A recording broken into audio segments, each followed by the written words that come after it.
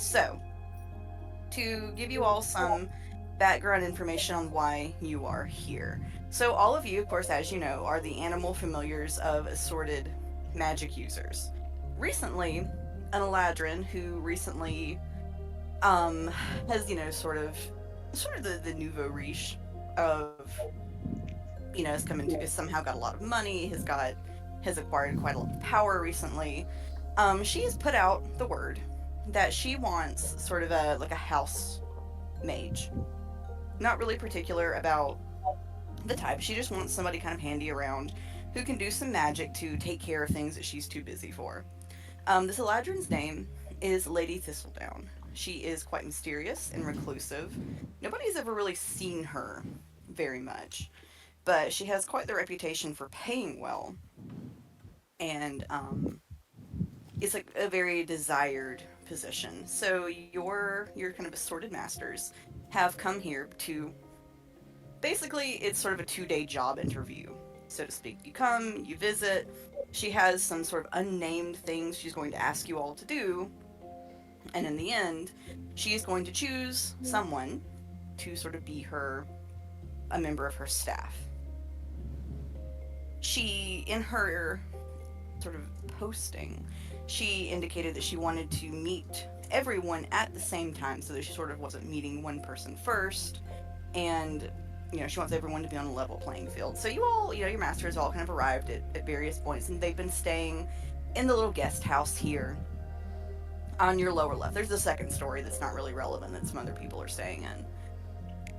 So you came with your person. You've all been here, not very long. Most of you probably about a day or so. And you were told that tomorrow everything will begin.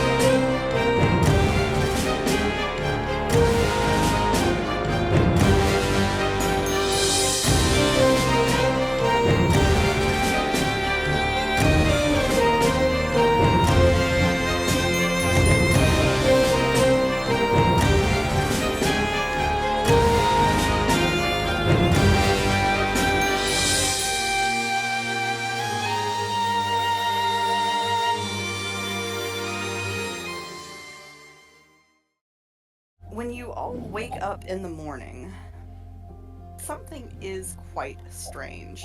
Your bodies have changed, your masters are nowhere to be seen, and you have woken up very much not an animal.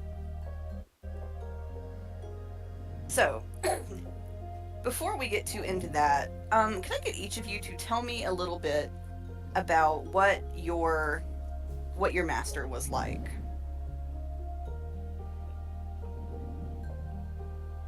Jess, you want to go first? Because I think you've already told me a little bit. Yes. So Mitz's master is a very jolly. You agreed Druid was okay, right? Mm-hmm. Very jolly Druidic fellow. Big round belly, big bushy, salt and pepper beard, crow's feet at his eyes, laughs a lot, big booming voice, enjoys a good meal. If you've ever seen the Raccoon Whisperer videos, if I could have that gentleman be a druid in a D&D campaign, that is what I imagine for him. All right. Nice. And did you have a name for him by any chance? I thought you were gonna take over, so I didn't come up Nope, with that's a good. name. I just no, that's good. I was going to give if you don't have one, I was going to. Okay. All right. Who would like to go next and tell me a little bit about who their person was? I can go next. All right. So Swizzle's master was a very eccentric gnome alchemist. Kind of the spitting image of the stereotypical, like, working all night, never stopping, speaks really quickly, doesn't have time for people's bullshit, just like running around the lab kind of guy. Um, so just very, very busy, very weird, very wrapped up in his own head, but very brilliant. So he did a really good job, um, and was responsible for lots of major breakthroughs in his field. But he's not very personable. Oh, that sounds like the people I work with. Some of them work with some of them. Perfect. I love it. All I right. also neglected to give him a name. That is okay. I will also give him a name. All right. Who would like to go next? I can go. All right. So I just came up with a name for my master, but his name would be Master Alaster. All right. He's a very very powerful mage. Studies, excuse me. Um, Studies like how spells are made up. He would have been like a scribe wizard specifically. Um, so he has a very like unique casting style that lends itself to like manipulating spells on the fly. So like instead of casting fireball, you might cast like ice ball or something like that. Um, but he's a very like standoffish and rude to people. He doesn't like talking to people. Um,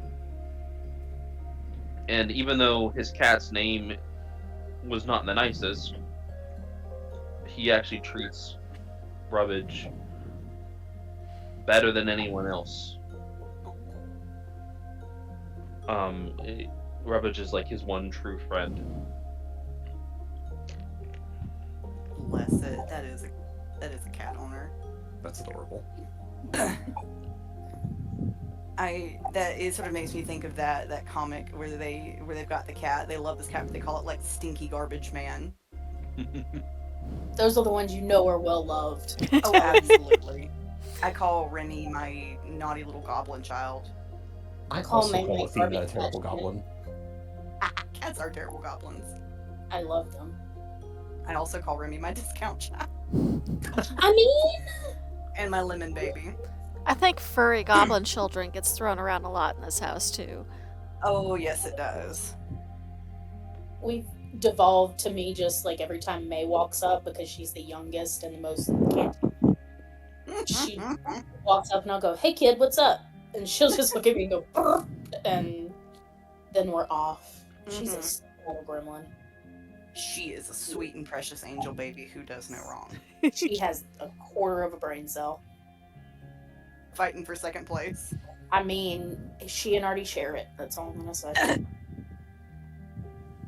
I love it. Hmm? I love it. I love little pirate Artie. Am I the only one who hasn't gone? Yes, Mhm. it is your turn. Cool. So, Clink's owner was an inventor and probably your generic, probably what you're imagining, tall, lanky, loves working with his hands, infusing magic into his inventions. He and Clink are extremely close, mainly because Clink likes shiny objects and trinkets. And so he would go out on his little adventures and he would just bring random stuff home.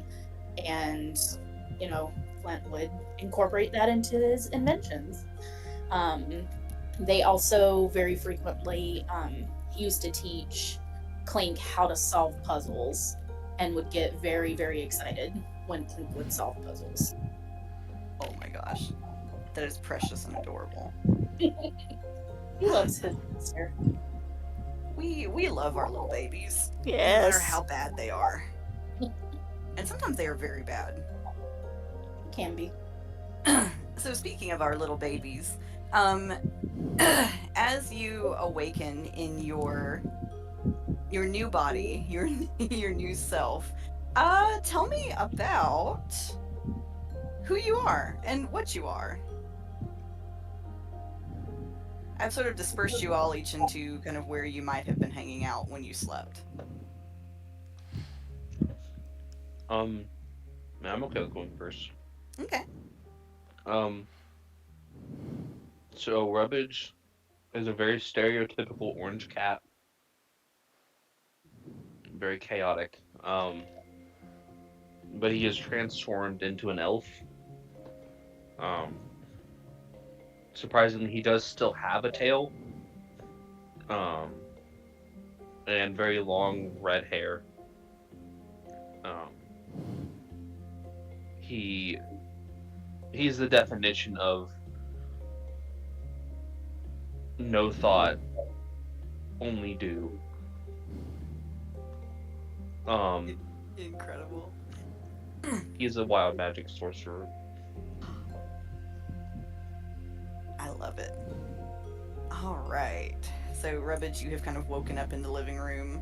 And I will sort of note, as you all have sort of awoken, you do not yet have any of your clothes or gear, so y'all are in a state. Wait, are we naked? Yep, you are going to have to find clothes. We'll get to that in a minute. You have items nearby you could use to preserve your modesty, if you choose. If you care. I mean, I don't care. But all right, who wants to tell us about their character next? I can I'll go. go. Oh. No, you go, birthday girl. Okay. So Mitz was a very rotund, very fluffy, well cared for raccoon baby who took her trove, her dinner that she saved, because I think she always saves at least part of her meal as a midnight snack for her last meal, and had, I think in this case, it was an apple, and carted it off under the bed to sleep and get up probably about 2 a.m. and munch on her apple and then sleep some more. But in the morning when she wakes up, poor little fluffy Mitz no longer fits under the bed. There is a very loud thump followed by an ow, and then a lot of scrambling and more thudding as what manages finally, after a lot of struggle, to crawl out from under the bed is a female furbolg. So if you would imagine a raccoon has now quadrupled in size. She has your typical fey giant blue-gray tone skin with the ruddy pink on the nose and the tips of the ears and fingers.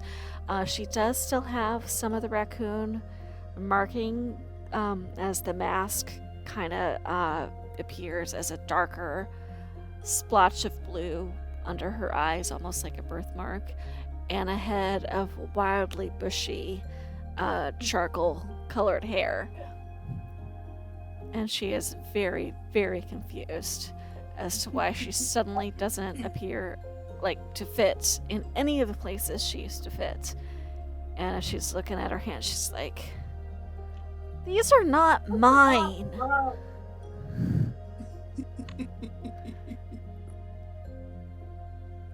All right. Excellent. Good. All right. Who's next? Okay. So Clink used to be a raven, and he's very curious, likes to steal things, pretty much the same personality as your typical raven. He immediately just rolls out of bed, literally onto the floor. Isn't surprised. He just kind of takes it in stride and stands up, and he's going, "Good morning, good morning, good morning, good morning, good morning," like to himself. And it takes him a minute, but he suddenly realizes that he's more humanoid now. And rather than surprised, he's extremely intrigued. And so these are typical bedrooms. Are there like mirrors anywhere in there? Yeah. So he he knows what a mirror is. He would find it, and right now he's going to spend some time just poking at himself. Because what? What this? What's Um, this? what's this? But I'm not very good at like describing physical traits, so I'm just gonna put a picture of him in chat. Nice. That's my baby boy. Precious. But yeah, he's distracted. He doesn't even like look at the door. He's too distracted, like being intrigued, poking at himself. I love it. All right, and last but not least. All right. So Squizzle was a salamander, and being a wizard's familiar, I imagine she had like some amount of additional rudimentary intelligence, but very much lizard-brained creature. Who has now awoken, where she had fallen asleep on the back of that chair there, and she has woken up with her legs draped over the top of it and her head down on the floor, and is very confused. And also feels extremely dry, now no longer having like amphibian skin, and is very confused by this. Girl, you gotta quit talking about me like been looking in my window. Oh no. I too am lizard brained and frequently dry. Squizzle's just a very relatable character. It's a mood.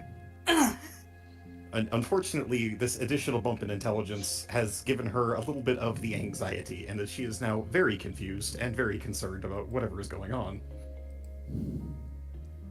Yep. I love it. All right.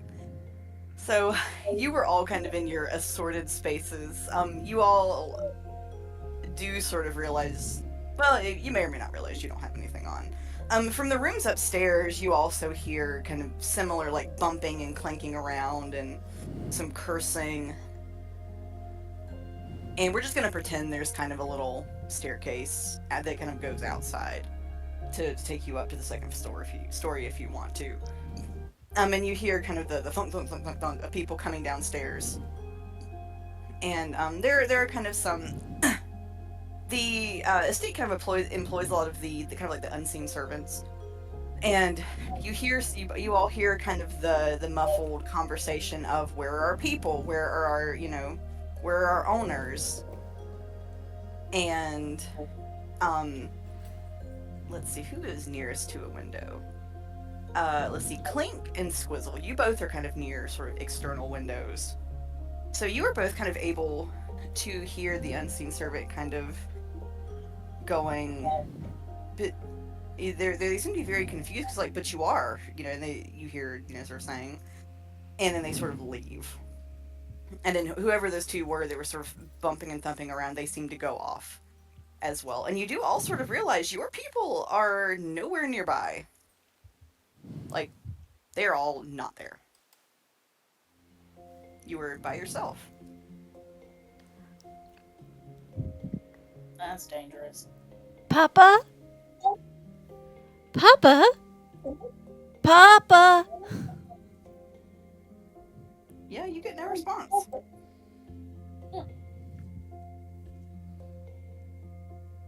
Clink would just suddenly realize out of nowhere and just look around and go, Flint, Flint, Flint, Flint, looking under the bed. Quizzle's probably finally found her sea legs, I guess. Now she's bipedal. That's weird for her. She's finally gotten up and is just sort of her posture is very, I'm not used to being in this shape, and she's very hunched. Her arms are like really up close to her chest, just like, oh dear, master, oh no.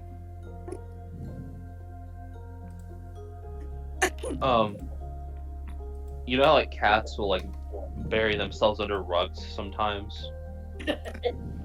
Yeah, so Rubbage tries to do that and realizes that the texture is awful on human skin. It is. And gets very upset about it. And is then going to leap on top of the table that has the food on it. the food goes scattering. The table actually kind of tips over because you were no longer cat-sized. And you all hear like the thudding and crashing from the great room. Mm. I think Mitz tries to go look, but goes on all fours. Because, and I also think she tries to stand at one point and just promptly falls over, so stays down at all fours. Papa? You're not Papa. Whistle's also probably moved over here, and she does not understand any concept of modesty, but she's still poking her head around the corner anyway, just out of nerves, not necessarily to hide herself. Fair. Something break? Grabs an apple off the floor and shoves it in her mouth. Clink's probably wandered out by this time. Totally stark naked, doesn't even care. None of us have made any move to find clothing. Nope, not even a little bit. I mean, none of us had any reason to have clothing previously, so. You came True. pre-built with it. Yeah, you would peek in, go Flint, and then look at the floor and go food. How dark is it in this room? Well lit. It's daytime. There's artificial light. So the walls are these kind of beautiful like wooden Art Deco paneled walls, and in some of the the parts of the Art Deco, there's a glow that emanates from them, giving everything kind of a nice dreamy morning light feeling.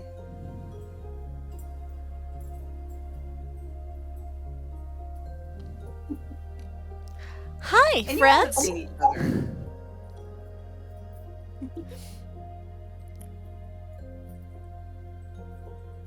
He just kind of standing, he'll walk over and probably pick up an apple or something, but then just stand there awkwardly and pretty much just stare at people. I think it'd be funny and very in character for Ravage. When people start getting close to the food, like too close to him, a mage hand appears and is going to try to grab one of the apple, like try to start pulling the food back and throwing it underneath the table.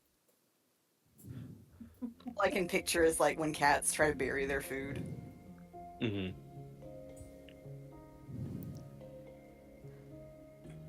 Wait, what?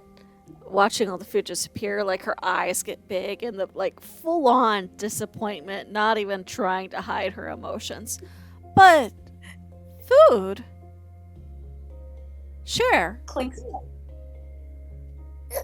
Clink's body, he can't fluff up because he doesn't have feathers, but his body kind of like makes the motion, like his shoulders go up a little bit. Yeah, imagine it's like just assuming a stance, just getting wider. Yeah, just like, Like puffing out the cheeks. yeah. And he kind of puffs a little bit. And he goes, share, share. Go under table. Trap, share. Mitz is gonna try to do exactly that. She's gonna try to crawl under the table. Go trap, trap, trap. It was a small table. You kind of get between the legs. The front half of you goes, but like when your hips get there, you go honk, and like it ain't working no more. She like tries to get further and then tries to turn and then tries to like back out, but the way she's backing out has pushed her shoulders up into the underside of the table. So the table is moving with her. Oh my god.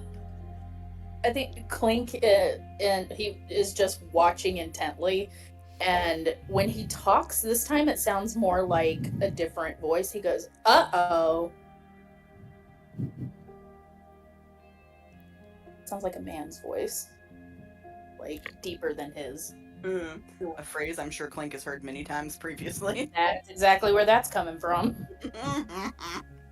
One hand comes up from the underside of the table and like pats around at the top and finds like some grapes or a croissant or something, and then just brings it down and everything goes still and you just hear the sound of munching. Rubbage is gonna leap off the table and land in the middle of the room and look at everyone kind of suspiciously for a moment. Squizzle just kind of stares back. She blinks one eye, and then she blinks the other, and then she just Oh my sort of, like, god. scoots back a little bit. Beautiful. He's like, not today, Satan. Does everyone smell like an animal, or do they smell more humanoid? They mostly smell kind of like whatever they are now. There's a faint trace of what they used to be. And you all probably kind of like saw each other at some point, so you're not totally unaware that there were other familiars. But depending on your intelligence score, it might take an assorted amount of minutes to connect the dots.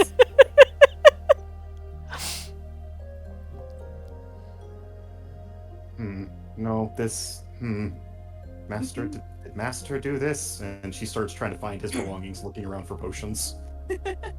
Alright, so Squizzle, as you were sort of hunting through the room, you do find, like, your master's stuff. The stuff that they usually would take with them when they went places, but it's all there now.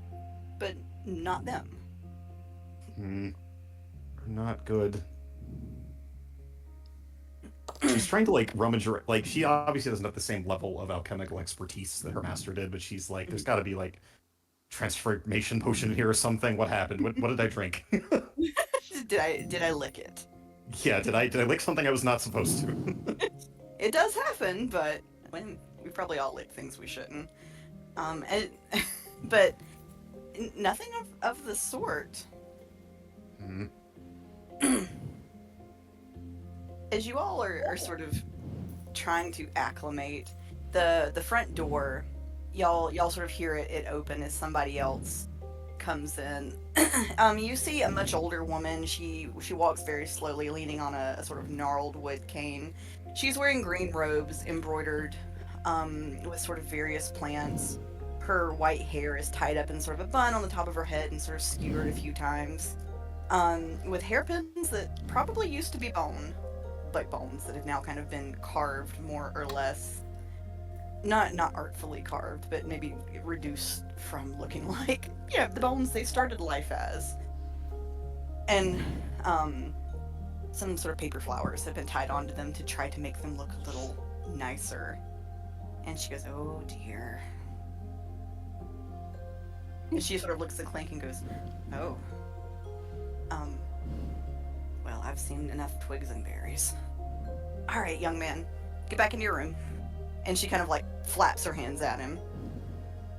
That frightens him, and he makes an unhumanly bird noise and like runs back in.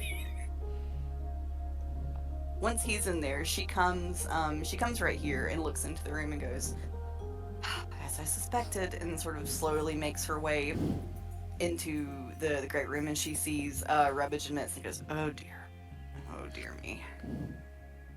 Clink is peeking around the corner. Mitz has stuffed as much of herself as she can get under the table. And then I think seeing this stranger that like hugs whatever piece of food she's currently munching on and does that wide-eyed stare that animals do when they see something unfamiliar and are trying to decide how dangerous that thing is or not. Oh dear me. And so then she's going to come in and look in this room and see Squizzle rooting about and just sort of goes, "Oh my gosh. Oh me my.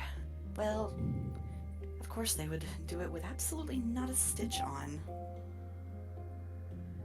And then she goes back to the front door and locks it, and then comes back into the great room. That's probably a good idea, because his attention was probably going to go to that door next. Yeah, she locks the door, and she goes, "I'm sure all of you were probably confused for various reasons." And she looks at Clink and she goes, "Do you know your name, dear?" Clink! Alright, Clink, and have you seen your master recently? He blinks a couple times, and then he kind of looks at the door frame, and he like tap, clink, tap, clink. No Flint.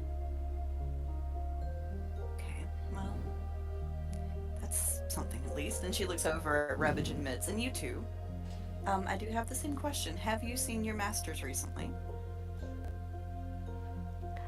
The Lasters was in here when I saw him last. When I went to sleep. Hmm. Okay. Papa And you gone. gone. And she sort of looks into the squizzle. Mm, Have you seen your master recently? no, no, he seems to be gone. I suspect this is a trick, and I'm still rummaging through the potions, but I don't know where he is. She kind of nods and she says, well, they seem to have gotten mostly intelligence to match their new bodies. Okay, well, I suppose this is better than it could be. I'm sure you all probably are a bit distressed. What So, happened? hmm? Hmm? What happened? Well, it seems someone has played a nice little trick on all of us.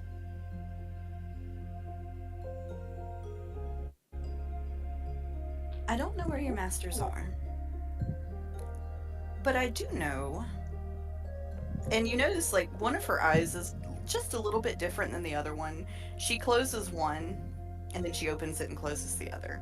It does seem as though an illusion has been worked on all of you. I can see what you really are, of course, with my good eye. And the one that the second one that she opened, you see the pupil kind of like there's a little flash of light in it. But I suspect everyone else is going to see you as your master.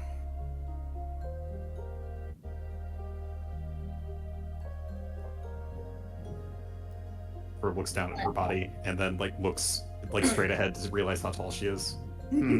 No, no, he's much too short for that. I don't think so. Magic has a funny way of doing things. Perhaps that is for the best. If Lady Thistledown were to realize something was amiss, I suspect she would send everyone home. But I'd imagine all of you don't want to go without your person, do you? Is Need plan.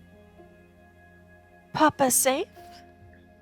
Can't imagine anything too terrible has happened to them on Lady Thistledown's watch. Oh, but we have had another guest that I suspect may be the root cause of this. A few days ago, we had a rather prominent guest with a penchant for tomfoolery and mischief, and I suspect he's amusing himself. So, I'll tell you all what. If you will help me, I will do my best to help all of you. And then she kind of pauses, just, oh dear, I've been distracted by the attire of the lot of you. My name is Granny Greensleeves.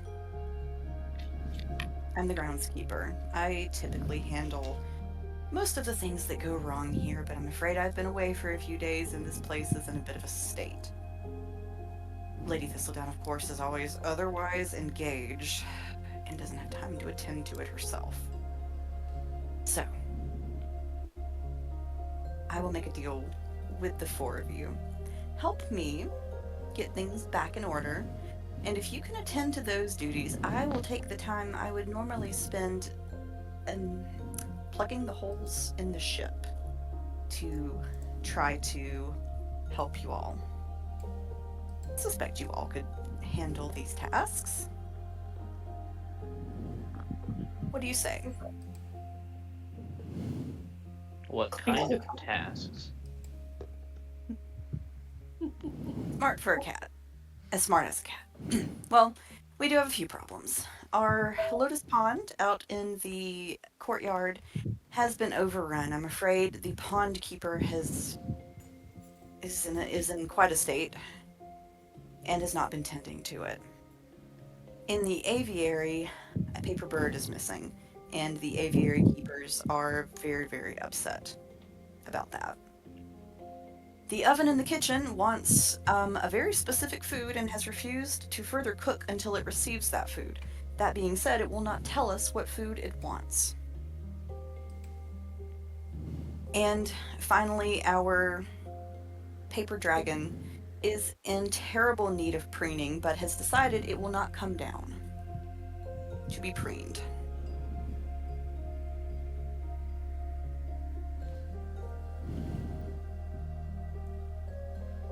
Clink, help.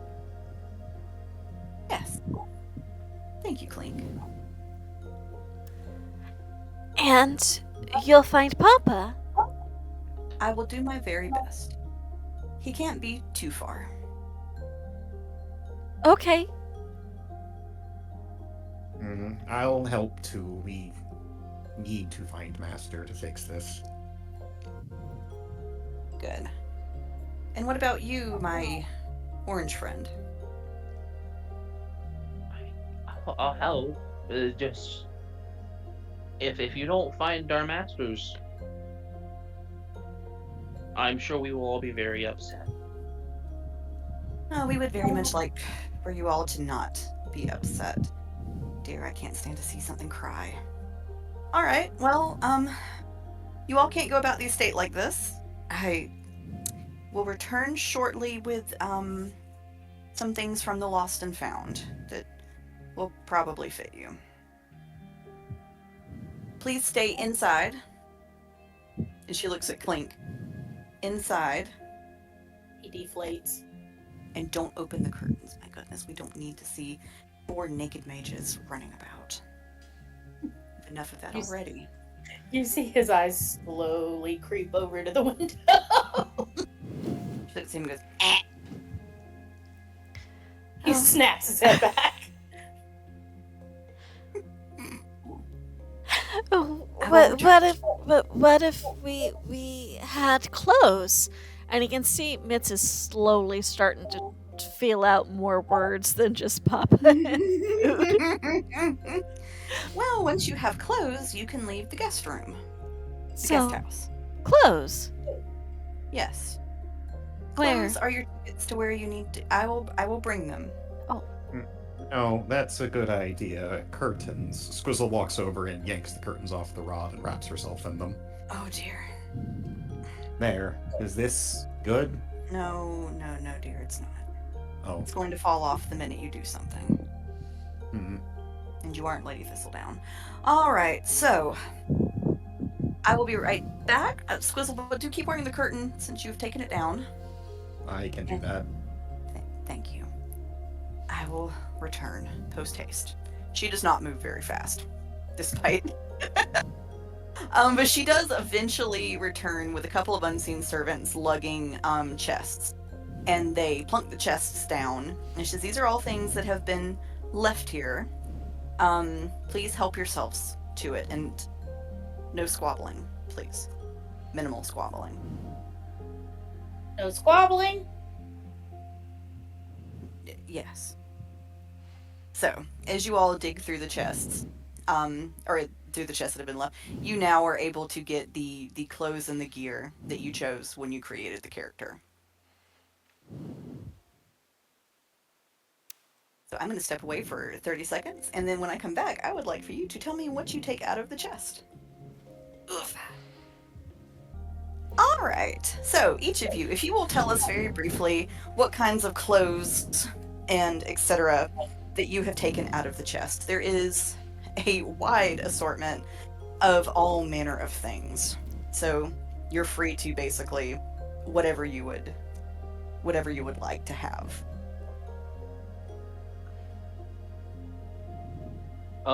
Rubbage he finds a very long, green and brown tunic. And then some he cuts a little hole out for his tail in the back. Finds a little pouch, a decent sized pouch that he can strap to himself, and then just starts grabbing things from the room And if you can find like little knickknacks in the pouch, he might, or in the crates, he might grab a couple of those. He grabs a couple pieces of food. Um, he looks at the burning fireplace and kind of just like breathes really hard on it, and the entire fireplace goes out.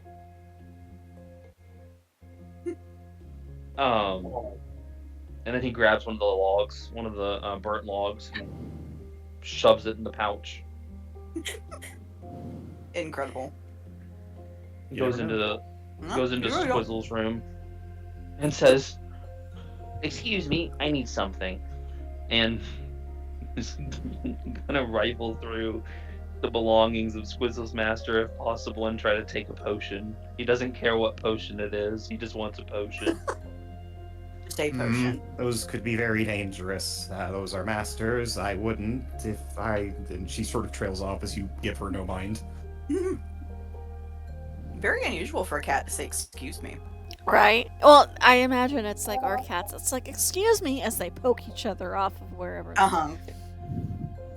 Okay, Sale, just for fun, roll me 2 D100s. I'm sure I'm gonna regret this, but it's gonna be great. 70.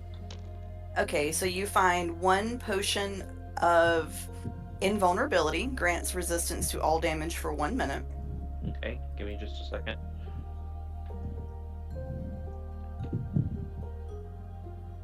Okay, and then the second one was a 22. 22.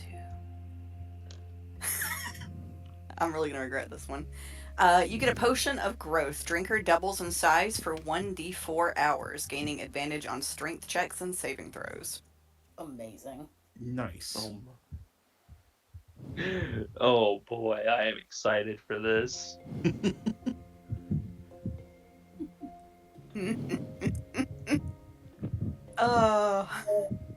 Alright. I am putting a lot of random custom items in my inventory. Just taking it.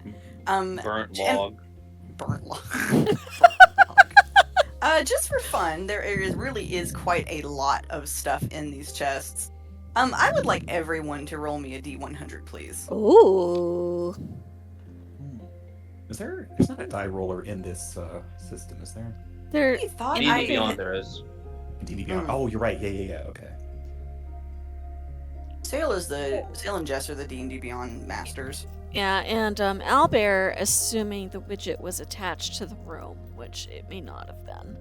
I could have sworn that I chose widgets when I made the room.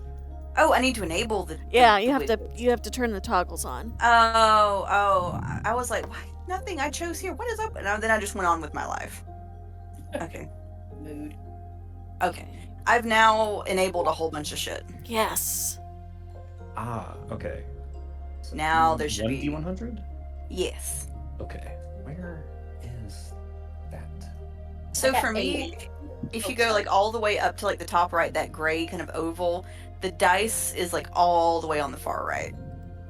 Yeah, I got that. I'm just trying to see how I pick Oh. 100. Oh, is this it? Did I do it? I did it. Okay. Sweet. All right, 26. Susan. All right. So Susan, you got 80. Yeah. So you get a bronze pentacle with the etching of a rat's head in the center. And let's see, Alita, did you say 26? Yes. All right, you get a bag containing 47 humanoid teeth, one of which has got a cavity. Oh, okay. That's cool. I rolled a 95. Why is that in the lost and found?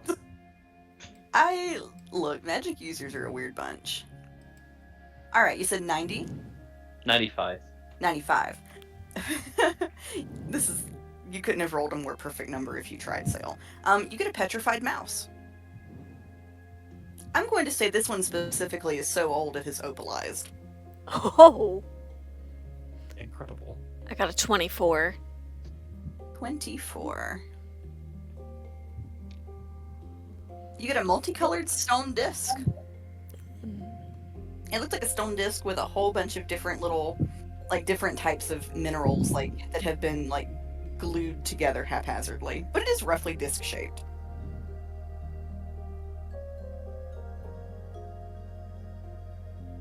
It's shiny.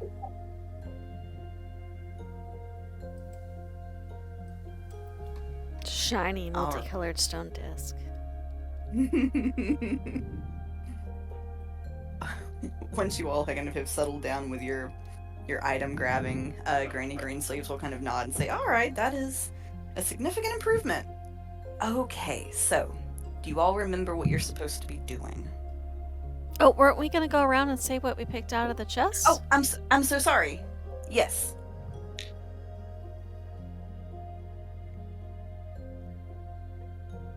I guess Squizzle probably went for some very like loose-fitting robes and skirt. Just very airy clothing. Not used to having scales. Doesn't like things touching them.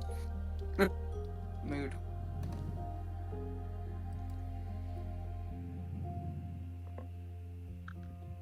All right. And Clink, are you wearing kind of what you have in the picture you sent to the chat? Yeah, he also picks up like a staff and like a boomerang esque shaped like piece of wood. He finds like some kind of scrap uh, string in there too and ties that pinnacle to the staff. Love it. I love it so much. I will say the boomerang you get, written on it is the word "go away." Oh, yes. So you're basically in a black tunic outfit, if I'm understanding this picture correctly. Yeah, pretty Okay. much. Yeah, just like a black tunic. He has a theme. We stand it. All right. What about you, Mitz? What are you wearing? Mitz is in that picture that I put in the art channel. So she gets at a chain shirt, and it's not so much because it's like armor, so much as when she picks it up, it makes fun jingly sounds. And she Like puts it on, immediately and then she realizes it's gonna pinch, so she takes it off and finds like a teal green tunic to go on underneath, and then puts the chain shirt back on, and then realizes she probably needs pants, and proceeds to find a pair of teal trimmed capris and a white kimono style tunic to tie over the top, and a fun navy blue hip sash. That all seem to have these little gold tassel things attached to them that, you know, they're fun, they move, they're fluffy, so of course we want. And then thinks a good long moment about if she has to have shoes or not, and manages to find a pair of sandals that fit. Link is very interested in her shirt. He kind of keeps mumbling his name under his breath. Hey, find your own. Clink, clink, clink, clink. Is Rubbage able to put two and two together and realize Clink is enjoying like the jingly nature of the object? You know what? Make me an intelligence check. Oh, that was terrible. It's a 5. Yeah, you don't know what's up with this kid. I think Mitz also goes through the chest going, I need claws. I don't have claws anymore. I'm gonna need some claws.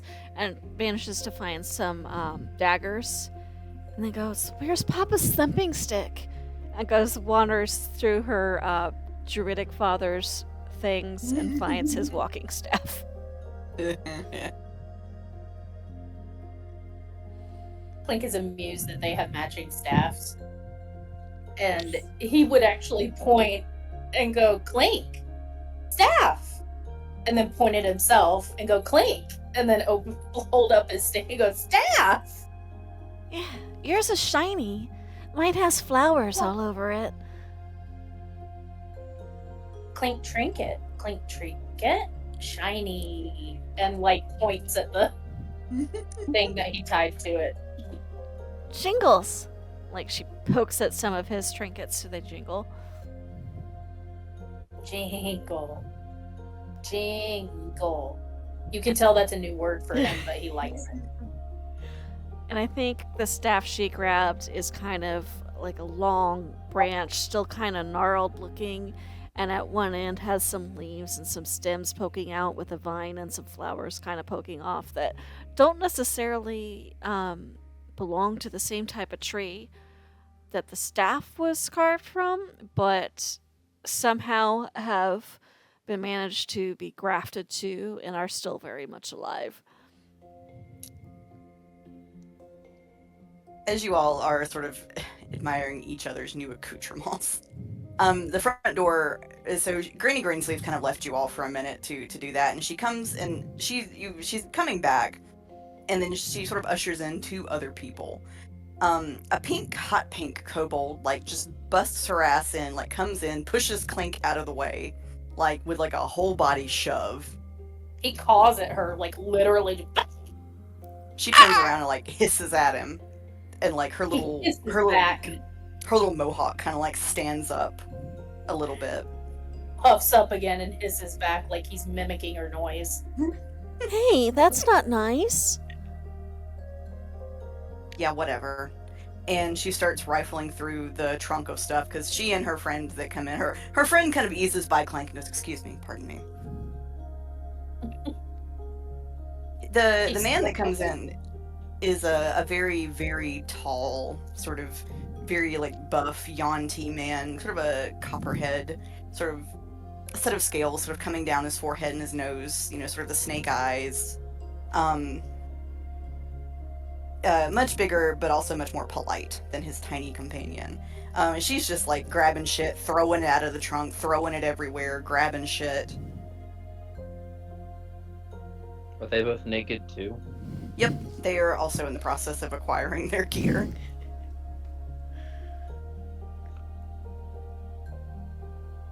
I think in the middle of the chaos, Mitz is going to grab a backpack and start shoving it full of whatever leftover food rubbish left on the table.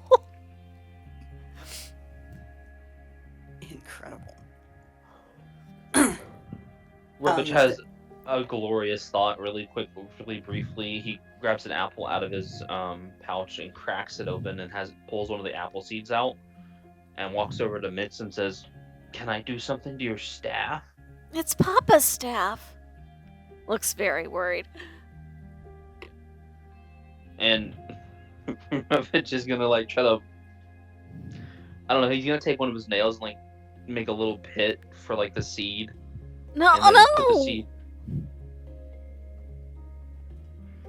Mine. It's I'm your just own. going to make it pretty. It is pretty already. Clink said, "Be nice. Be nice." It's Papa's. I was just gonna make an apple grow on it.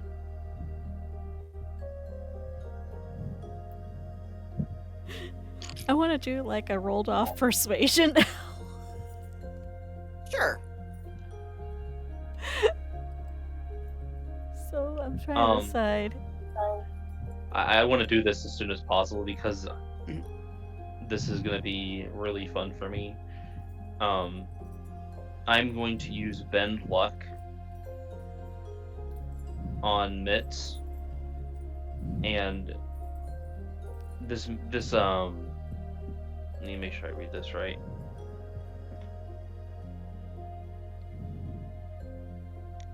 Yeah, I'm gonna spend a sorcery point to do this. So you have a minus D4 to your check. Okay. I was going to do a charisma save against your persuasion, is how I was going to do it. That works too. I rolled an 11. I rolled a 3.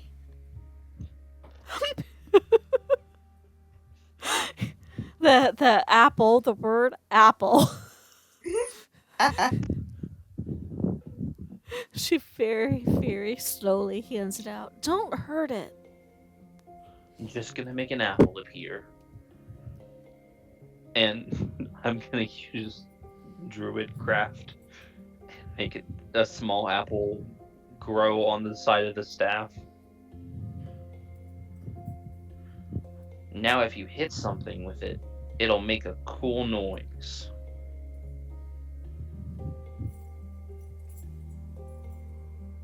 Can I eat the apple? guess you can. Clink goes, hit something. It's a good snack for later. It is now a staff that produces snacks. Yes. The best kind of staff. Really, no joke. Ooh. Clink is really focused on you hitting something with it. He just keeps going, hit something in like different voices. The hot pink kobold has pulled on a patchwork dress that kind of hangs on her a little bit, but she seems satisfied with it. And she goes, while these losers fight over some wooden staff, I'm gonna go get my master that position. And she looks, and you all can just do whatever you're doing here, I guess. He looks over and goes, like, very unhappy. You can tell he does not like the kobold, and go, hit something. He kind of like bows up at him. You want to hit something, Birdie? He I think- puffs, like, cheeks and everything, like, She kind of goes, now, let's not fight. Let's all relax. I really want Mitz to lean in and poke the pink kobold's cheek. What were you? She'll slap at Mitz's hand. I was a beautiful mink. And now I'm whatever this is. Ugh. Scales. Clink chuckle. And Squizzle nods sympathetically. Scales feel odd. I don't care for them. She looks over at Squizzle and just kind of rolls her eyes. Yeah, whatever. Oh, well, it's gonna be like this. Okay. Ooh, she is on his shit list. And she says, listen, everybody thinks we're our masters, so I'm gonna go and win this. And she kind of pauses as she realizes she doesn't know what it's this thing. Anyway, so you all just stay here. Okay, don't mess up. She kind of puts her hands on her hips. I'm not. I have a question. Yes.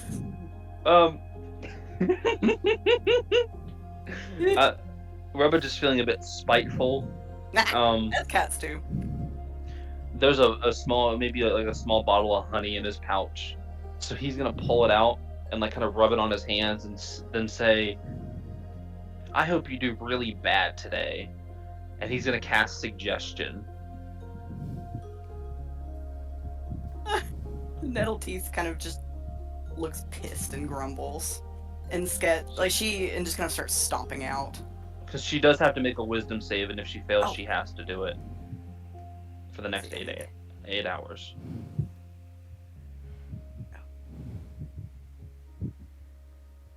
Ooh, that's 5.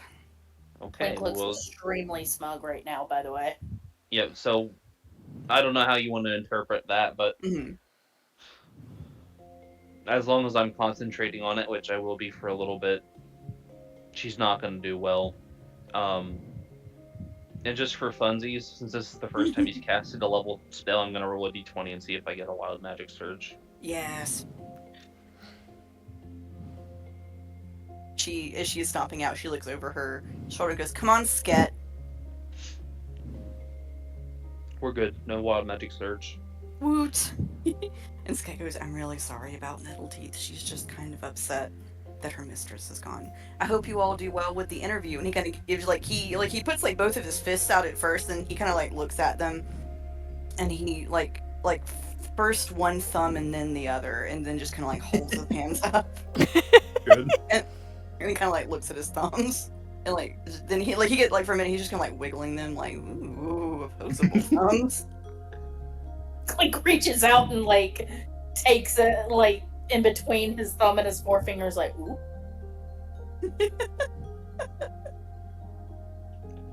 Mitz looks very worried all of a sudden. Do we have to do the interview? Or can we just find Papa? Sket just kind of shrugs and he goes, I don't know, I'm just doing whatever Nettleteeth says. Why? She seems like she understands. What's going on? Oh, He kind of holds out a leg. I'm still getting used to these things. Look at this. He kind of like moves his foot around. Wild. Clink mimics wild. I miss my tail. Me too. What were you? Was a raccoon? Ah. I was a snake. Snake. How did you stand these scales? Squizzle's still scratching a little bit at her arm. He They're walks so over. dry. Well, you have to moisturize. Oh, my skin did that. I'm not used to that. Oh. Maybe if you can go roll around outside. The ground's really moist out there. That's what I was doing. She kind of gets like big lizard eyes, like, yes, that sounds good. Moisture. Clink goes, green sleeves, don't go outside. Oh, right. We probably shouldn't. She Nettleteeth said is- until we were dressed. Now that we have clothes, it should be okay, right? Well, I guess. We should probably leave. And she just sort of like looks at the door at the end of the hallway. He considers it briefly and like looks between them and goes, leave. I have to tell him twice. We All right. gotta do the stuff to get the others back, right? We had jobs? Jobs. Puzzle. Puzzle. Puzzle.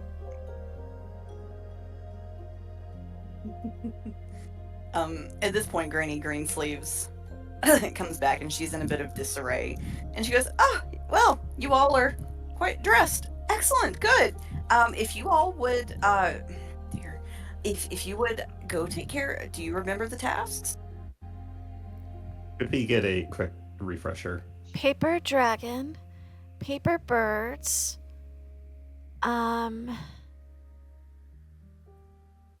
The kitchen with the unknown food at it once, and then the pond. pond. Clink I'm goes, going to- birds. Birds. I put the list in the chat for Thank you. you. As well. Thank you. I figured you would probably want it.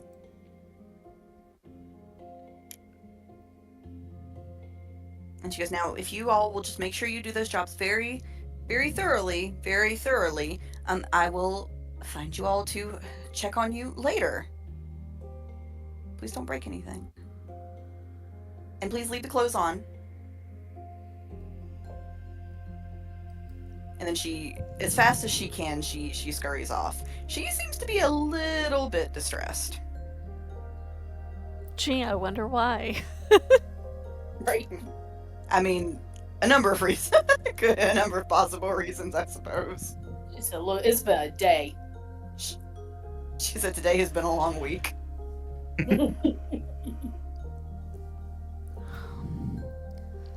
All right, so what are y'all doing? Well, I gotta walk on 2 feet, right? That's what Papa does? 2? Mm-hmm. Admits his. I think she's been like holding on to things or crawling the whole time. And she grabs the wall and very carefully tries to stand up. And I think even as a furball, she's very round. So there's a lot of like stumbling and tripping and toddling until she can finally stand on her feet without face planting. It's me after Clink. Hot Pot. Right. Clink watches and like tilts his head, and then he starts taking very like dramatic steps. He goes, walk like this. Tries to mimic his steps. And it's like I feel like you feel like the floor shaking. Wow, very excellent job walking. Well, I'm used to 4 And he legs, seems not to- 2. And he seems genuinely impressed at your walking abilities. You're doing better. How are you doing it? I think it's easier when you get to keep your tail. Squizzle's also walking just fine. Probably. Balance. I miss my tail.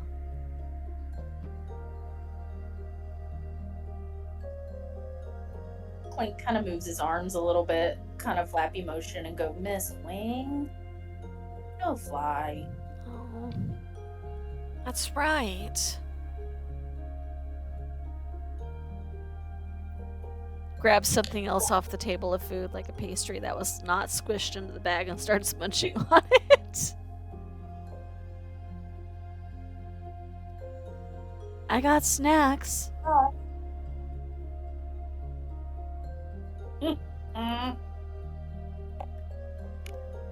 We love a snack. All right, so where are y'all going first? Well, I suppose first you'd have to leave the Right. guest house. So whatever the Yeah. pink yard is would be the first stop. Mm-hmm. So you all get out into the courtyard, and it is vibrantly pink grass with all sorts of trees and bushes of various types and colors. You know, great, very huge coin plants, you know, the size of small trees, teal bushes, some tall mushrooms growing to give shade. Over in the corner, kind of to the west above the lotus pond, there's a huge tall mushroom with some like reclining and just relaxing furniture around it so that you can sit in the shade of the mushroom. In some of the little plants, you see like itty bitty like sort of tiny fairy-like creatures buzzing about. There are there's there are a few sort of very tiny frog people that you see kind of around on the sitting on the lily pads. There's one in particular who she's sort of sitting on the it's I mean I would say probably the height of a TV remote, about that size. Um, Bipedal, but she's sitting on the edge of the lily pad, and she's got kind of her head in her hands, and she's just, bless her heart, just like sobbing her heart out. And the other little frog people are trying to comfort her. You said that was over here near the pond thing? Mm-hmm. You hear one of them say, there, I'm sure he didn't run off with that slug hussy. Not the hussy. Are The they Jezebel, even. like frog sized or are they bigger? They're about TV remote sized. Okay. So they're quite small, but not like infinitesimal small.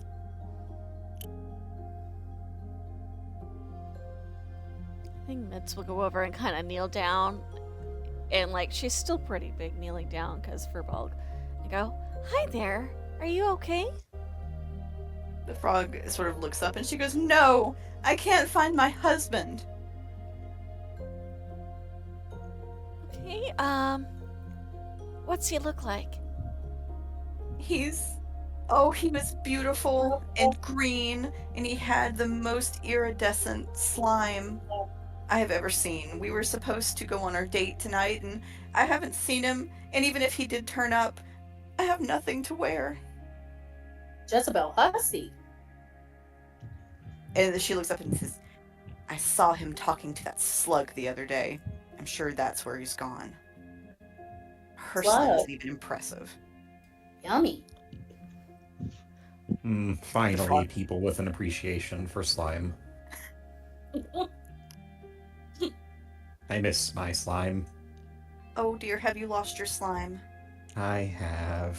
And she Do you looks want to- down. The pond, as you look down, Squizzle, you see the pond has not been tended to in a little while, and it definitely has a little bit of a slime on it itself. She looks like she's about to just get in, but then she remembers she's wearing clothes. Maybe just a little, and she'll like make like hand washing motions in the scummy pond water. That's better. The frog sort of watches and kind of nods in approval and kind of like scoops a little bit to like put it on your wrist. And she says, Oh, thank you. Could you all find my husband? Okay. We can try. Where was the mean slug lady? Oh, I don't know where she's gotten to. The frog, actually, a few of our pond people. And then her large eyes get even larger, and she goes, "They're gone too. Oh no!" And she says, "Something's eaten them." And then she just kind of starts wailing all over again. What if And the other frog is like trying to comfort her, and she goes, "Dear, nothing came to eat them. I'm sure nothing so horrible as a bird or a cat has come through." Clink looks thoroughly offended. Squizzle looks to Clink and then to Rubbage and just kind of cocks her head. I don't think she knows. I think Clink would look extremely offended and then go, "Jezebel hussy." And she goes, I know, I can't find the Jezebel hussy or my husband. Completely not. Are they all frogs, or is one of them not a frog and I didn't catch it? No, the few you see kind of standing on the lily pad are all frogs. Okay. So the crying woman and her friend are both. Yes. Okay. And she says, if you could find my husband, I found something really cool at the bottom of the lake, and I could give it to you. Cool. Okay. It seems there are lots of people to find. Where to start looking? She looks over her shoulder at the others. Well, I think they'd probably still be in here, maybe. We could check here first. I'm just kind of looking around the room. Okay. All right. Anybody who is going to try to find the frog's husband, please make me an investigation check. Okay. Hey. I'm really I'm so not bad used at to the D&D making Beyond dice. smart characters, and so I'm not used to having like higher intelligence. That's a mood. So I'm a little excited. I mean, Ed's an idiot, so I she's a think well-meaning idiot, but she's an idiot. I Bless got her. a 17. Ooh, all right. you said what investigation, right? Mm-hmm. That is a 14 for Mitz. Okay. Did it? Oh, Rubbage got a 13. Okay.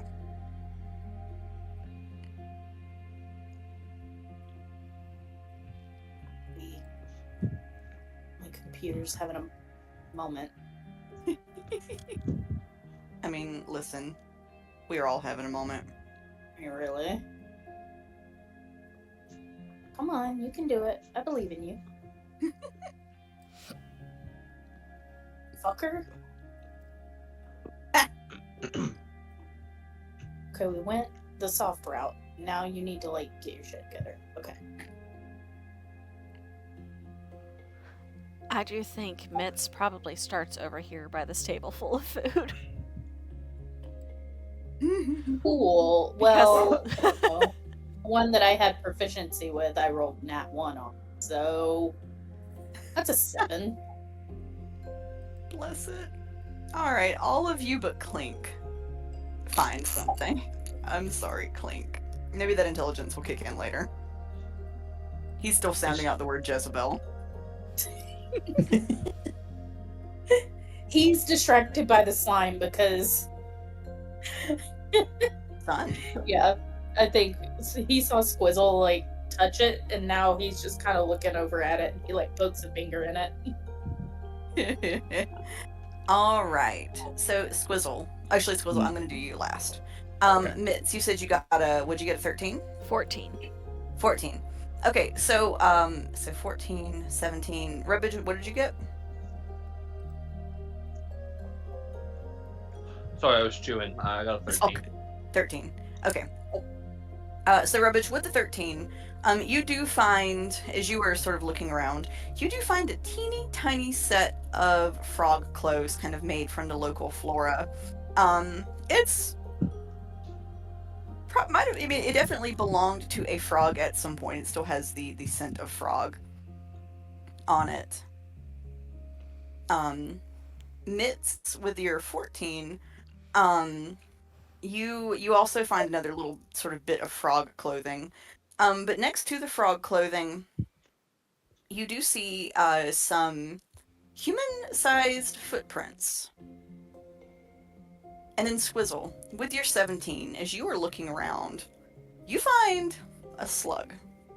And this normally probably would not be super exciting, but the slug is wearing sort of this beautiful crown and dress like thing made of lily pad petals, and she's sort of admiring herself in a little like a chipped like piece of obsidian or flint. And she looks up at you, and like her little eye stalks go down and then come back up. And she says, "Oh, hello." Squizzle's gonna sort of squat down next to her. Excuse me, we're looking for a frog. The crying one over there seems to have lost her husband. Would you know anything about that? Oh, the frog prince. He is dreamy. They made him into a real prince, which frankly is a downgrade. Humans are strange. I was a human too briefly, but I've turned back. How She did just you continues. manage that? Oh, it just happened. I don't know. Hmm. Well, he said we could dance at the ball tonight.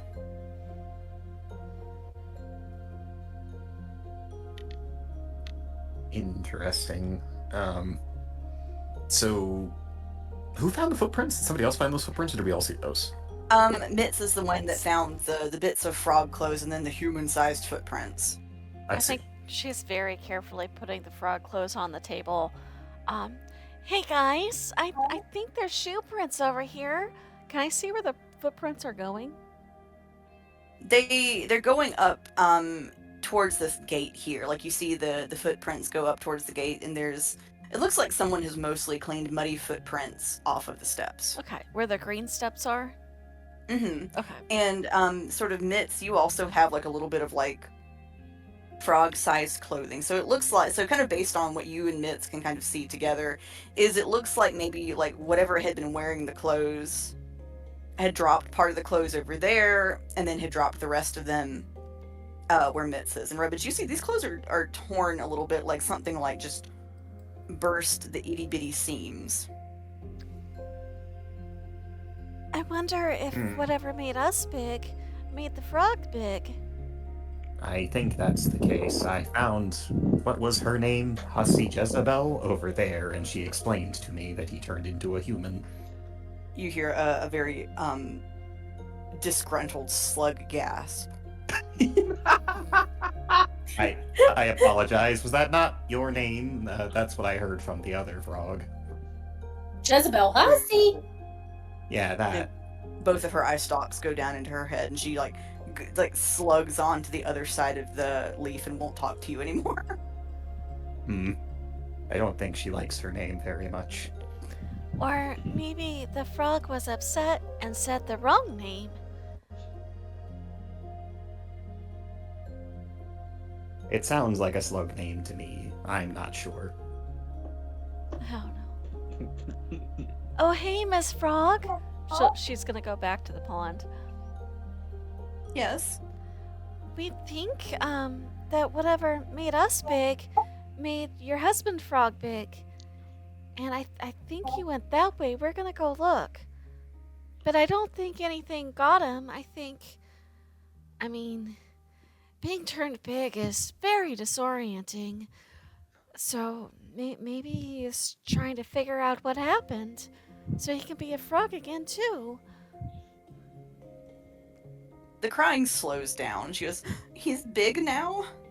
You Well. think so? I Maybe used to that be a wouldn't be so raccoon. Oh. She kind of scoots away from you a little bit. Oh. So we How think nice. whatever. No, I want to be a raccoon again. I miss my tail. But we think maybe the same thing that made us not be ourselves anymore made him not be himself. I wonder if that is why no one can find Lady Thistledown. Maybe. Do we have to find Lady Thistledown too now, guys? Looking over at the others. I wonder if Lady Thistledown and all of our masters got taken and turned into something else, maybe. What if they look like us and we look like them? Oh no. Well, Papa might be okay as a raccoon. But I'm supposed to be the raccoon.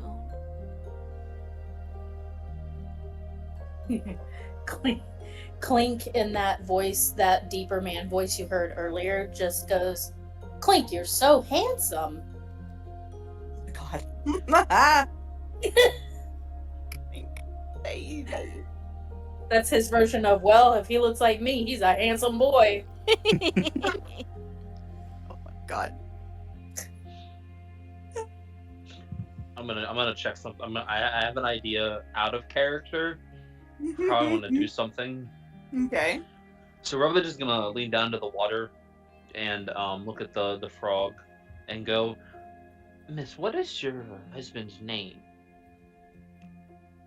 She looks at you and then her eyes go up to the cat ears and she scoots way back on the lily pad. Why do you want to know? I might be able to bring him back to you. His name is Lilliard. I promise, on my heart, I won't eat him. I don't like frogs. Sure. Food-wise. Mm-hmm. I don't know what this rumor got started that cats eat frogs. My cousin was eaten by a cat. Must have been a very mean cat. Grr.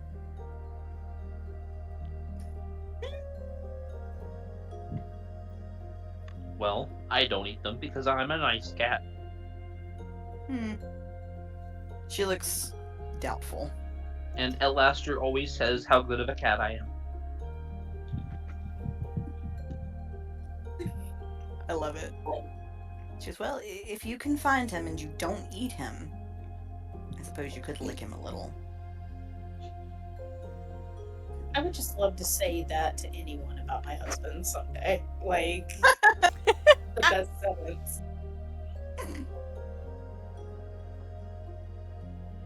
Well, let's go find a frog human.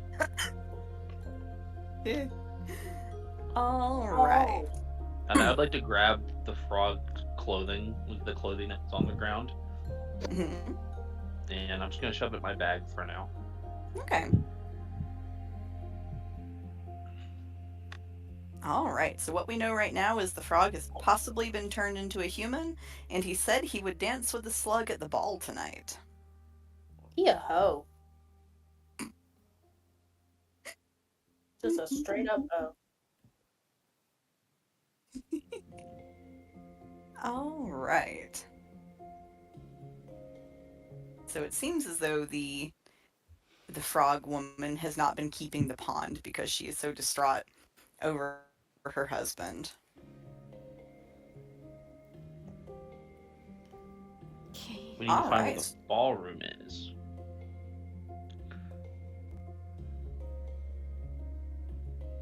We could follow the muddy footprints.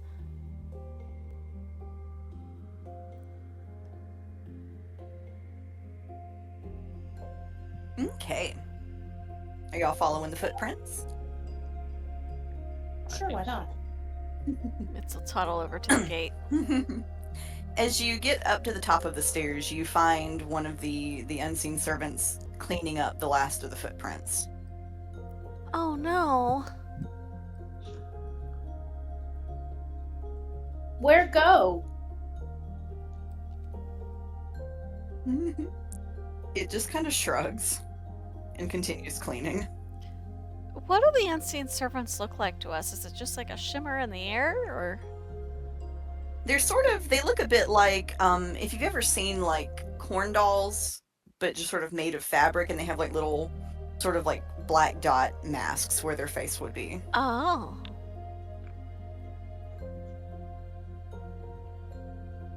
And as you come up kind of into you, so you've sort of come into the house proper. You actually come into what looks like a ballroom, and then there's also you've come up through the front the door here. There's a door here, and then the ballroom is kind of to your left. So everything with the green and tan tiles. Mm-hmm. And then the door directly ahead of you, it's very ornate. It looks like it's important.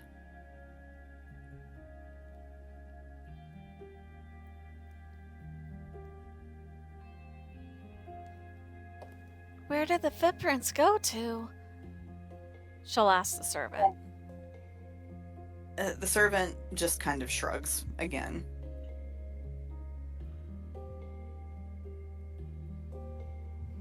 Clink looks visibly annoyed. Can we see maybe like any sign of something that might have got missed that might let us know what direction the prints went? The floor, unfortunately, has been meticulously cleaned. In fact, you see there are a lot of servants, like, just polishing the hell out of this room. You all do know that tonight is kind of when the ball was supposed to be. So the only person in the ballroom, the only people in the ballroom right now are the servants cleaning it and getting it ready to go.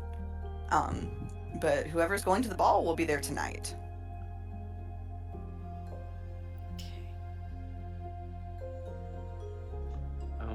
So we don't see like a person that's not an unseen servant right now? No, you don't.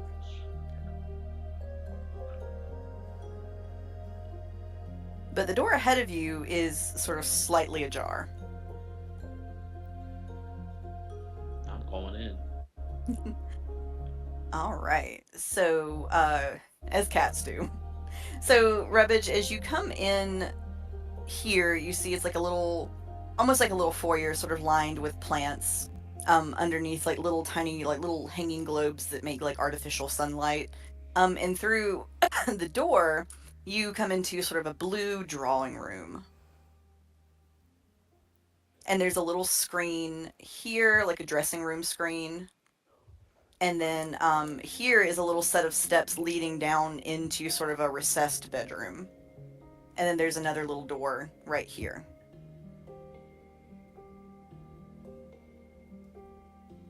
I mean, I'm looking around. Do I see anybody in here? Do I smell anyone? You do smell pretty strongly what you recognize as Lady Thistledown, so this appears to be her sort of private rooms. There's no one there currently. You see kind of along the side of the screen, you can see into what looks like a little vanity area. The mirror on it is completely busted. Like it's like fallen down from the wall and it's cracked and broken all over the desk. And kind of amid the cracks, you do see kind of a tattered paper bird.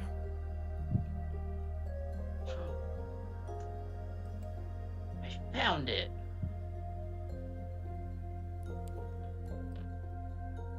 He's gonna Rubbage pick up is- the paper. As you approach it, it kind of gets a little bit upset. It tries to fly away, but it can't. It's a little busted. Oh no! It looks like maybe, as you look, like maybe like it smacked into the mirror. Can we fix it?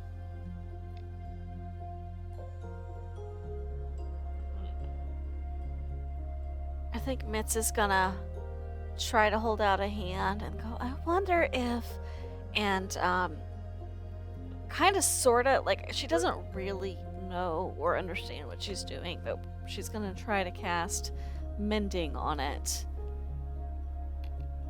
All right. So the mending does work. Little pieces of it kind of seal back together and it gives a little flutter, and then it kind of flies and goes to sit on your shoulder. Oh, look! All better.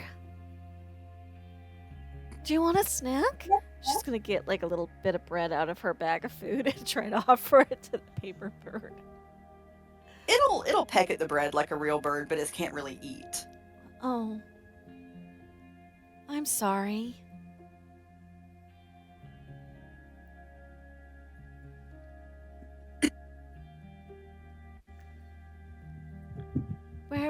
we have to take the bird home, right? That was one of the jobs? Bird home?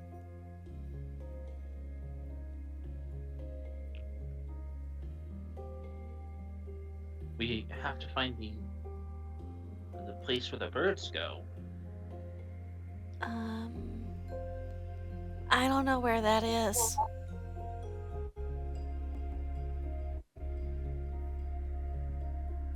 I don't either. We've been here like a day or so. Would we be able to remember or have heard about? You do remember that there is a little teleportation circle that takes you up to, so there's a place that kind of hovers above the house that has like some additional places. And that's where the aviary is. Clink, you in particular would know this because at one point, Lady Greensleeves asked if you would be more comfortable staying in the aviary when you were a raven. I think he would say something. I was wondering if he would Mm-hmm. intelligence to remember that. Great, now bear frozen. Got over this. Yeah, he will. He perks up. He's not quite sure what direction. He's still kind of getting oriented, but he's like aviary, and he starts kind of looking at, glancing around. I mean, they're inside, so. He's doing his best. There's a teleportation somewhere you up there.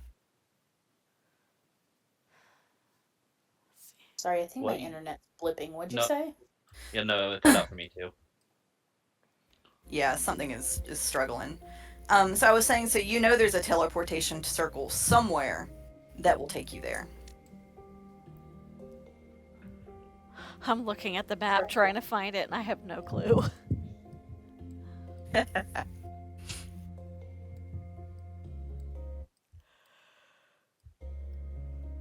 So we know there is a teleportation circle, but we can't find where it is. We don't know where it is, right? Mm-hmm. Yeah. Can You got the sense that somebody would like bring it out for you. Oh. We could ask about it. Who asked? The staff?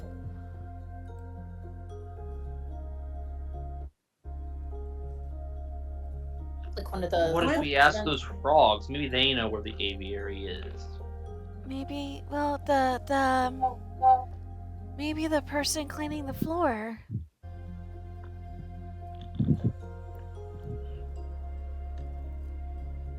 Oh, those construct things. Elastrid had one of those, and they don't talk. But they can point, right? They don't really have a thought in their heads. They're like me. Clink chuckles. Mitz kind of frowns at this. And then she's just gonna march up to the nearest one just because she's sure they'll know. Excuse me, how do we get to where the birds are? And she points at the paper bird on her shoulder. The servant kind of looks down at it. And then it does actually point. It sort of points towards the main house. Interesting. Are we not in the main house or back to the blue room? Or I'm sorry, it kind of points to the left towards like the dining room, kitchen, receiving room area. Well, that's a start.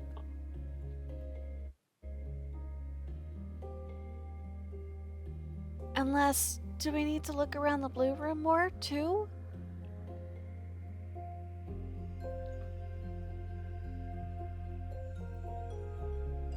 No, I think we should just go over where the thing's pointing. Okay. Is there anything shiny in the immediate area? Oh yeah, silverware. silverware is already being kind of laid out on the little gold tables. If someone is actively laying them out, I think Clink is gonna just quietly walk up behind them and just watch them for a second. And once one of them sets one down, he just kind of reaches up and takes it. The servant reaches out, takes it back from him, and puts it back on the table. He huffs.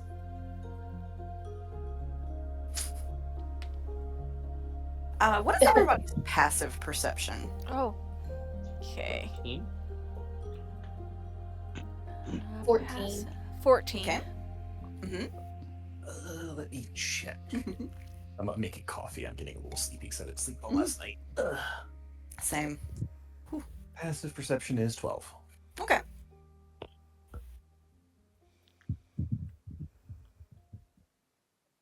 Yeah, mine was a 13. Okay. So I'm gonna say probably everybody with a 13 or higher sees this. The unseen servant that pointed, it's got its back to you while it sweeps another area, but it's laughing a little bit. And Rubbage, you would know they don't do that. They don't usually point and understand, and they certainly don't just kind of laugh.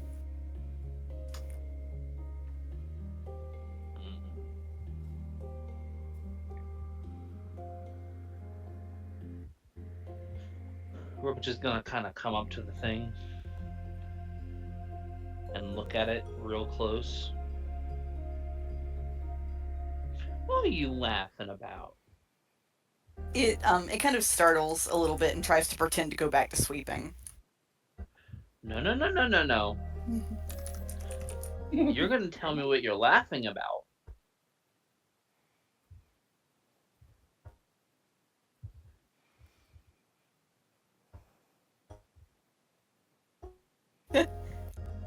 It gosh, everything is freezing now. It finally stops sweeping, and you see its form kind of like shimmer, and it takes the form of give me one sec.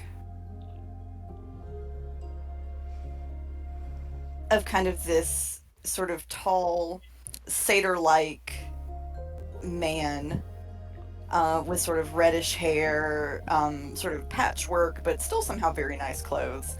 And he goes, "Ah, well, you've caught me. And here I was having fun."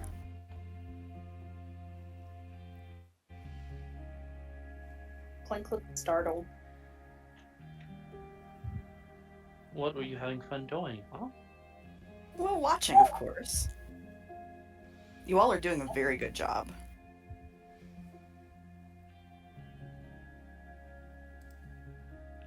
I'm gonna probably regret doing this. I love sentences that start that way.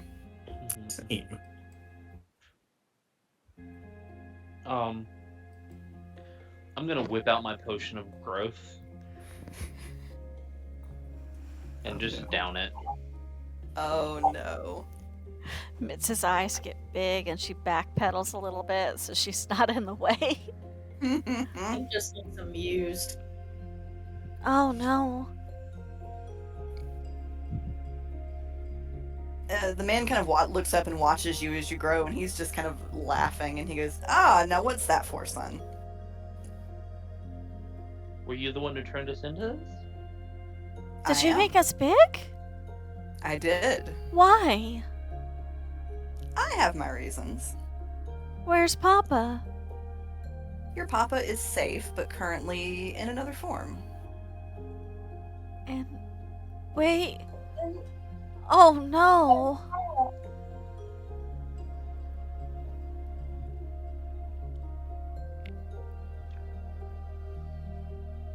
I didn't turn big for no reason. If you don't, at least give us a hint. I'm a little hungry, so. He just kind of laughs again, and he says, "Oh dear cat, I've seen worse than you. But you're amusing, and I like that.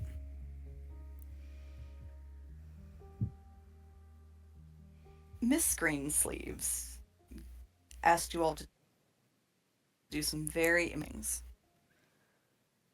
I think you should do them. He points at the paper bird. You're already most of the way to one task. Uh huh.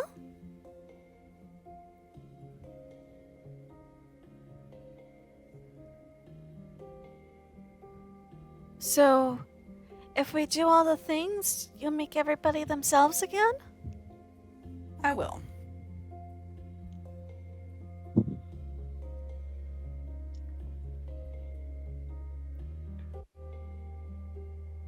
Just Is- if you don't, It's a promise, right? He does not answer this. Yeah. Clink, Clink looks mad. He goes, "Promise." Promise, please.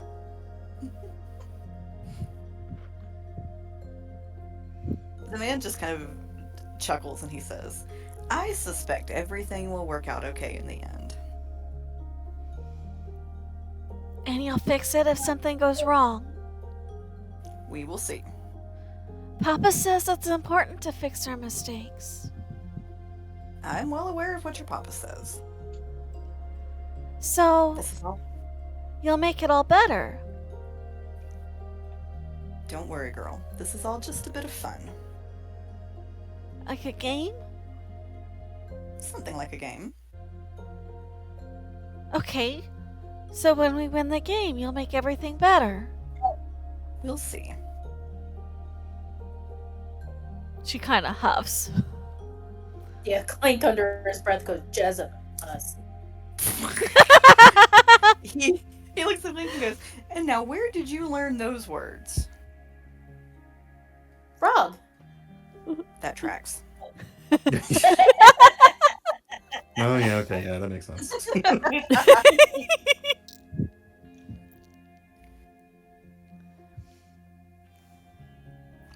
I would like all of you to make me a history check. Or an arcana check. I'm equally good at those. Yeah, they're the same. Let's see. 19. 19. Oh. 16. I'm gonna use Tides of Chaos to roll with advantage. Ooh. It's a 21. Okay. So all of you, it's taking you a second. He looks a little different than maybe drawings or paintings of him that you have seen. But you all, as you stand and talk to him, come to realize this is Hearson the Archfey of Trickery.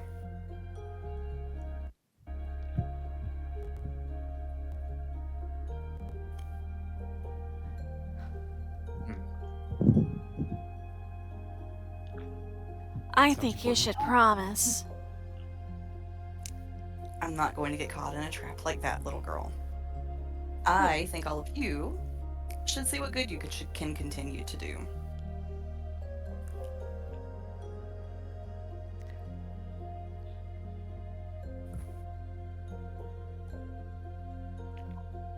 And he vanishes. Damn it! I was gonna make him slip on grease. Clink Something chuckles. tells me he'd get away from that. So, we gotta win the game, right? Game. Puzzle game. That.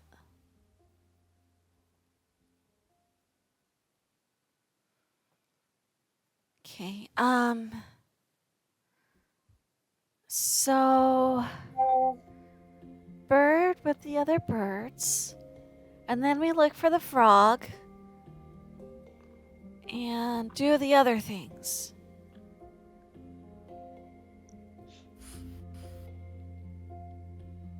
Wait, is the only reason we can't make it to the aviary that one of us can't fly? Fly. Is it magic? Some Is that what? places. Some places Papa's gone are magic and you have to use the right magic to get there or you can't get inside.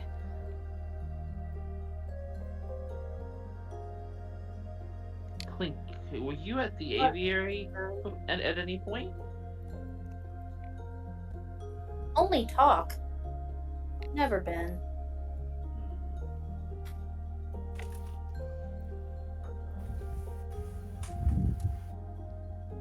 He looks like he's thinking real hard. He's using those brain cells. He's like, fly, and he like, you can see him like working through it and like testing his arm. Bless the baby. Do you want to fly, Clink? Fly. And he's like, because I do have one thing I could do. Because I don't know how to. Is it ASMR? ASMR. So he's an ASMR. Mm. So he could sprout wings right now if he really wanted to. I don't know that he knows he can.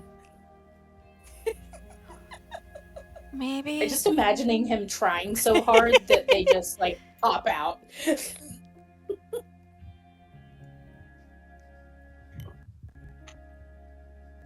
Do we? If you give him a minute to think, that would be what would happen. Do They we just want kinda to pop out? Do we want to find a way to go together, or do we want to do that? Go with whichever. How long? I think I might be able to help someone fly too. How high up is it? You seem big enough to throw one of us. I will say it is high enough you cannot see it from the ground. Like it's way up there in the clouds. Oh, I see. I thought this was like the second floor. Oh no. I'm sorry. It is up there. So it is a magic place. Yeah. You don't know kind of what the magic like is, but you know it is like high in the sky.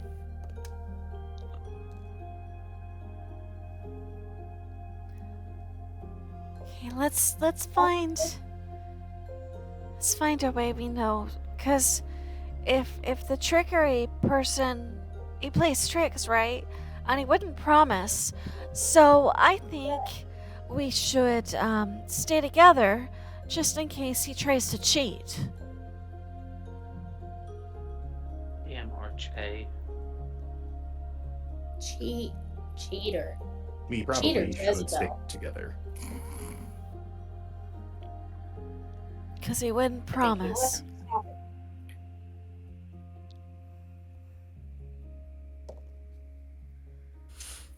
As you all are sort of standing in the ballroom talking about it, you hear like sort of banging and clanging and cursing, real actual curses, not just Jezebel, from the kitchen. And a hair-and-gone man sort of stomps out and takes off his chef's hat and throws it on the ground and like rabbit foot stomps on it. Where's the kitchen at? Over here? Yeah.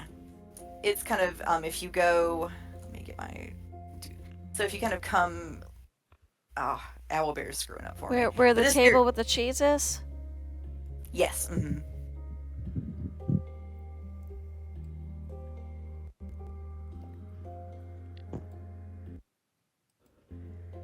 Does it smell like food? It very much does. Oh, I think the Well- kitchen's this way.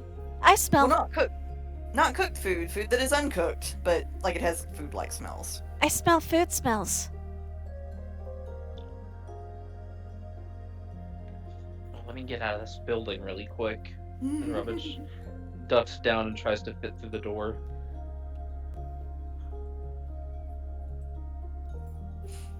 All right, y'all headed into the kitchen. Yes. I think Mitz catches the food smells, and you're gonna have to stop her if you don't want her to just go running in. Is it this way along the green rugs? That'll do. Yeah. Okay, I wasn't sure where the door was. Yeah. So you sort of come in, and there are a lot of sort of magical things like chopping food and mashing food, but the oven is cold. Dinner? Or is it lunchtime? 11sies? Tea? Food time. Food time. He said it don't matter what kind of day, it's food time. Right? As you all get in there, you see it looks like various things have been like sort of along the front, sort of like slat where you would like sit hot things when you take them out of the oven. It looks as though the cook was trying various things that he to like feed to the oven, and nothing seemed to have appeased it. Is he in the kitchen still? He has stomped off somewhere else. Okay, so he didn't. Trying to make sure I understand. Did he come towards us, or we just saw him leaving? He kind of stomped through the ballroom and went outside. Oh.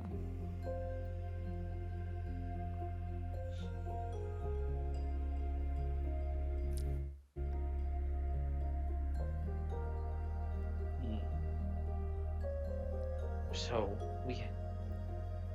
Oh, does someone want to go talk to him? I'm not good at talking. Talking? I could try. Please. Who are we talking to? Sorry, I was up getting food because I was hungry. You were going to go find the Harangon cook, Squizzle, and you find him out in the courtyard, smoking a pipe and just muttering really ugly words under his breath. Oh, this courtyard? Yes. Okay. Excuse me, Chef Human. Is everything okay? The chef looks at you and goes, "No, everything isn't okay. I've fed that damn oven everything I can think of, and it won't cook. It's still hungry." Your oven eats? I don't think they're supposed to do that. Well, if it's going to put things out, how do you expect it to make if you don't put things in? Why Surely do they food- call it an oven when you oven the cold food? About hot eat the food. The Sorry, that was Harangon- not actually in character. I just needed an excuse to do that terrible bit. If you do say that, he kind of looks at the pipe and goes, "What did my wife put in this?" He kind of sniffs it and goes, "Oh, that's the wrong pipe." But I suppose it doesn't matter. I love This it. is my night pipe. I love it.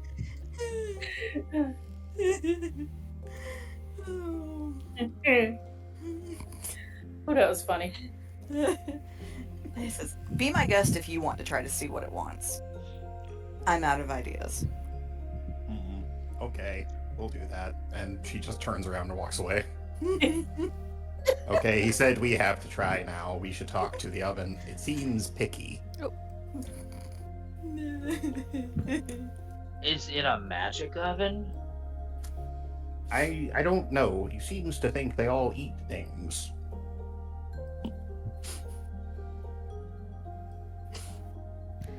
Mitz will kind of walk up. Hello, Evan. What do you like to eat? It spits out a little bit of smoke. Oh. Eat smoke. Bless it. Does it want wood? Rabbit, I did you have grab wood. wood?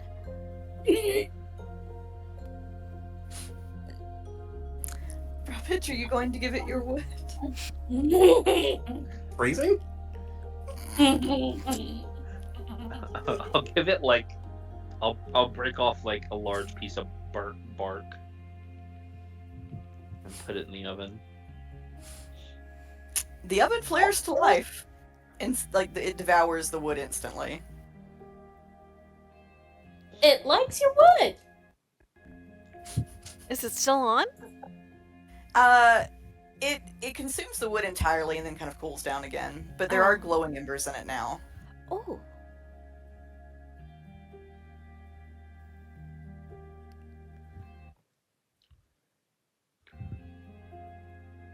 What else can we put in? But it like the wood. Is there more wood? I'll break off a couple more pieces of bark and throw them in there. All right.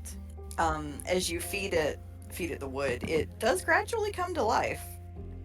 Um, and eventually, once it sort of really seems to be going, it spits a piece back out.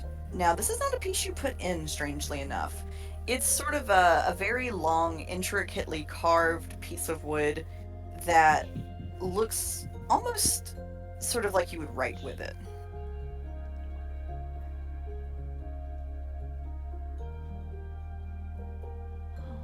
Hmm. Since Rubbage has been around like wizards and stuff, does it seem like it's got any kind of like arcaneness to it? It definitely hums with a strange sort of energy. Um, he's gonna like lick it, maybe like rub it on the backs of his arms, and I'm gonna cast Detect Magic on it. Okay. All right, Rubbish. I mean, it is very obviously magical. When you cast Detect Magic on it, it feels extremely familiar. And for just a few seconds, you get a whiff of the scent of Alistair, of Alastair. Oh,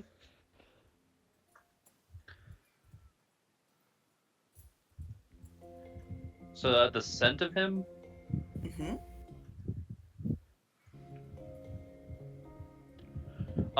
Unfortunately for me, because I used Tides of Chaos earlier, and I just cast a leveled spell, Wild Magic triggers. Oh no. So let's see what fun we get. Oh boy. Oh, this could be interesting. Oh, Good this is going to job, be a good one. guys!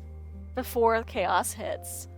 Mitz is looking very This is excited. actually vaguely good. Oh no, actually, this is horrible. Oh no. Oh, no. Oh, I was Oh. kind of excited when he said vaguely good. Now I'm scared. Let me see here. Is Clink with us? Yeah. Or no, Okay. I don't think hell, let's say I am. Okay. Do you want me to All move of your us have- token? Hmm? Do you want me to move your token?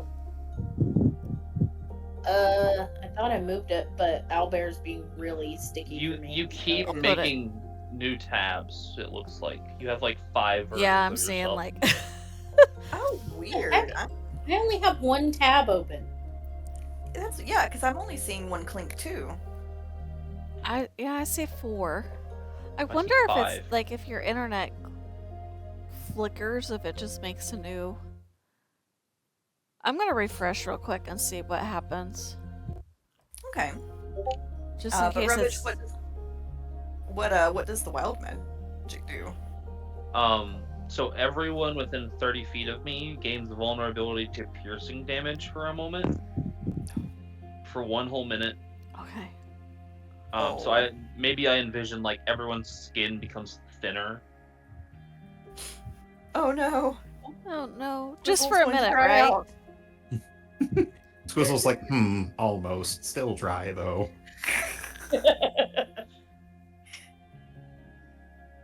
I Quinn's feel looking at his funny. hand. Oh no. Ugh. I felt. Master didn't tell me this is what casting spells feels like.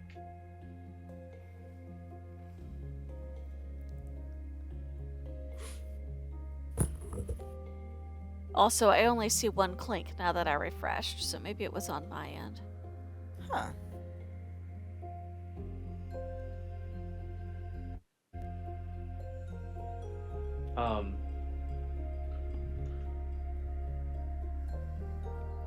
Rubbage is gonna look at the piece of wood and say, "This smells like my master." And I get a magical sense of it too.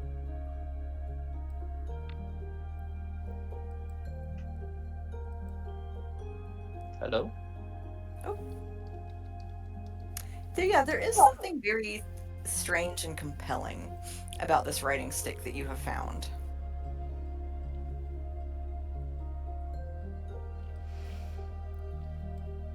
Did it belong to your papa?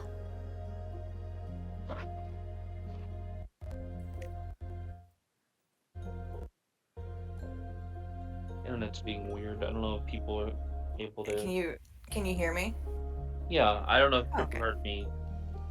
Uh, I'm not sure. Ours is kind of cutting as well. Oh, cool. Now all of my Chrome is black. Oh. Great. I'm doing okay. If you need to run from my end, we can make that work. It's all good. Okay, it's back. All right. So it seems you all have fixed the oven problem. I bet what you wanted to do. No, we Well, were. we're gonna tell the That's Harangon fair. that the oven's fixed. Yeah, we decided on that much. Okay. So as you do it, he looks shocked and he's like, "Wood? That's wanted? Uh huh. You have to feed the I gave it fire. salmon." You gave it a good salmon.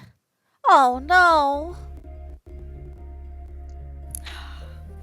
Salmon, berry pie, apple Oh. pie, wine, Mitz fresh is just bread. wilting with every named good food. I asked it what it That's wanted what to I want. eat, and it bit smoke, and then Clink said something that smokes, and the fire over in the guest house was smoky, so I thought the wood. And then Rubbage had the wood, so Rubbage gave it the wood, and it worked. If I'd known it wanted to eat trash, I would have given it trash. Ah well. You all have done me a great service. And everyone tonight a great service. Now I can cook dinner for the ball. Can we have baked He has finished apples? smoking. Sure. He's finished smoking the pipe and is now eating a sandwich. And he looks at the little paper bird and he goes, "Ah, you'll want to get that back to the aviary." Uh huh. I don't know how to get up not- there, though. Well, he kind of looks a bit sly. I'm not supposed to tell you that out in the front yard is where the circle is, and I really should not tell you that all it is hidden under some moss and leaves. And I really, really shouldn't tell you that all you have to do is read the incantation around the rim and it will send you up to the aviary. These are the things I'm not supposed to tell people, you see. Oh Clink no, will you've been automatically talking copy- aloud to yourself. Clink will Yeah. automatically copy his sheepish look and just repeat words. He looks at Clink and goes, "Don't repeat those in my voice, or I'll cook you for dinner." He repeats in his voice, "Cookie for dinner." That's fine. I still feel like I can feel magic, so maybe we can find the circle that way. Okay. I think if it runs out, I know how to do that, too.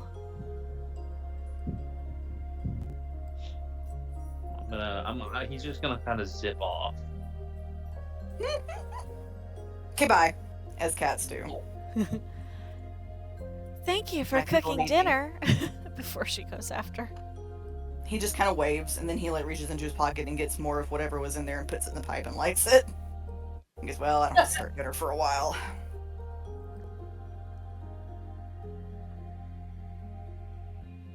All right, so Rubbage, you are able to lead them to the magic circle, and it is right where the cook did not say it was. So you're able to uncover it, and all it takes is reading what's around the rim, which most of you who have, sort of assisted a magical person, you were able to read this. I was gonna say, between us, one of us probably knows the language, and I have tongues if we don't. Yeah. All I am right. cooking, by the way, so if you hear weird noises, it's No worries. Okay. Oh, why is my owlbear frozen again? It's been freezing on me since we started, like every half an hour. Yeah, it started crapping out around 7 o'clock for me. It's struggling, and that's a mood, but I needed to work. I'm convinced it's your laptop. Oh, hardware acceleration required. Yep, that would be a laptop thing. Acceleration when available. All right. Teleportation. This incredible weightless when elevator going down. You're having one of those dreams about falling over, and then you wake up. Pleasant. I don't like it. This Sorry. All right, can you hear me now? Yes. Okay, I put you all on my phone temporarily Okay. Just because gonna it just. was really struggling. Give me one sec. I'm gonna reboot my computer. Okay. So music is gonna go away for a sec, probably. That's okay. I'm just glad we didn't lose you entirely. Yeah, no joke. And so you get up to these kind of 4 sets of little floating islands. They're kind of hovering inside of what appears to be a very large bird cage, like stories high. And sort of climbing around the bars of the bird cage is a large paper dragon.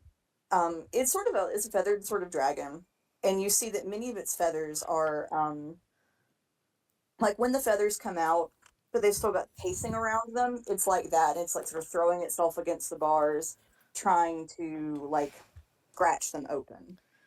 Oh no. And then, kind of on the highest island, you see there's a huge, tall, sort of white marble tower with a whole lot of paper birds flying around it. And Mitz, the bird on your shoulder gets really excited, and it kind of flutters like it wants to fly, but it can't. Aw. Why can't it? Is it still injured? It seems something is wrong with it. Can Much like I? my cat, there's something wrong with it. So I've tried mending. Can I make some kind of check to see if I can't figure it out? Yeah, anybody who would like to could make an Arcana check. Arcana. Okay.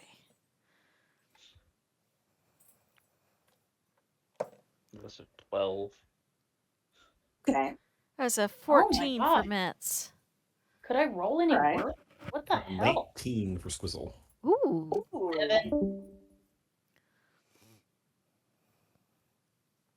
Right. Mitts, Arcana's not Mitts my will friend hold it out to today. Squizzle.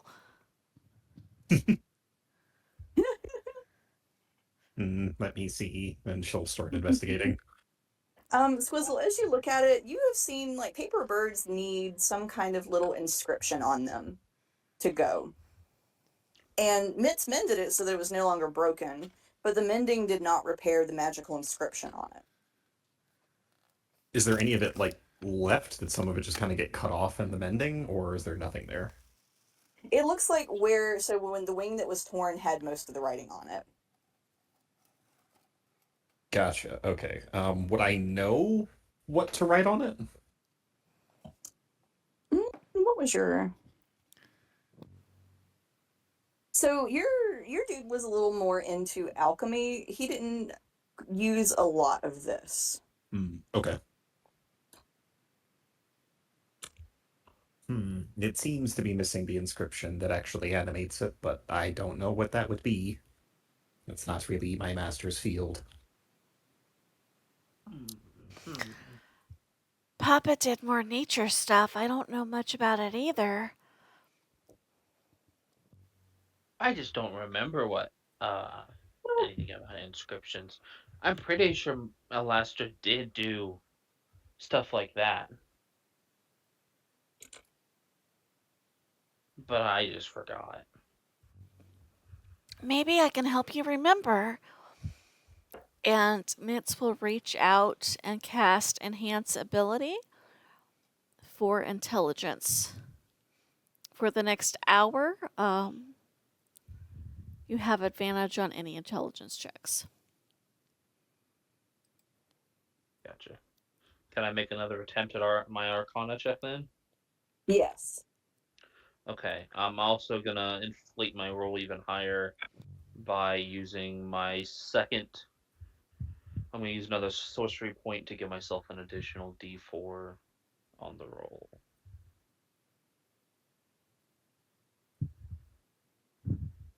Well, this is gonna be really high.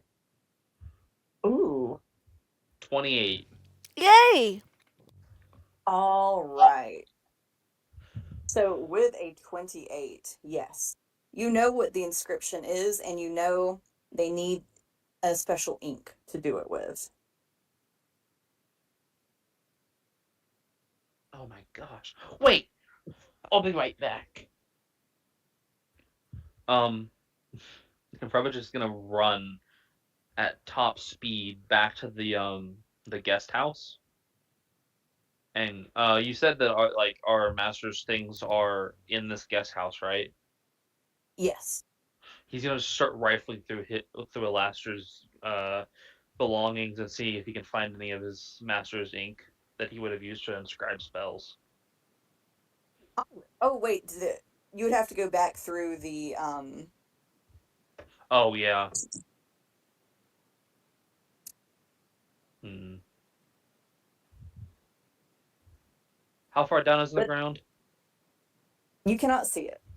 Oh, okay. And we don't know how to go back. You probably could, but you do also see the aviary kind of on that far island as well. Hmm. So I was just gonna grab his ink, but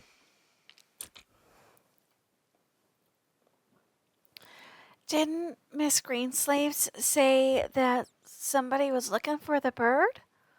I imagine if we brought it to them, they might have the things to fix it. true.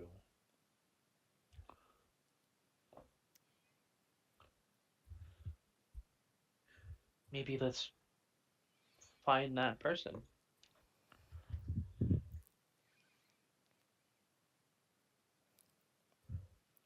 Mm.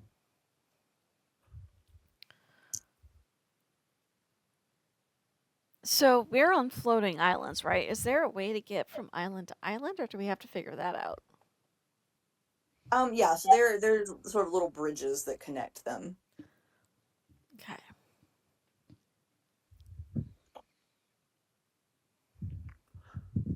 I guess we're gonna start looking.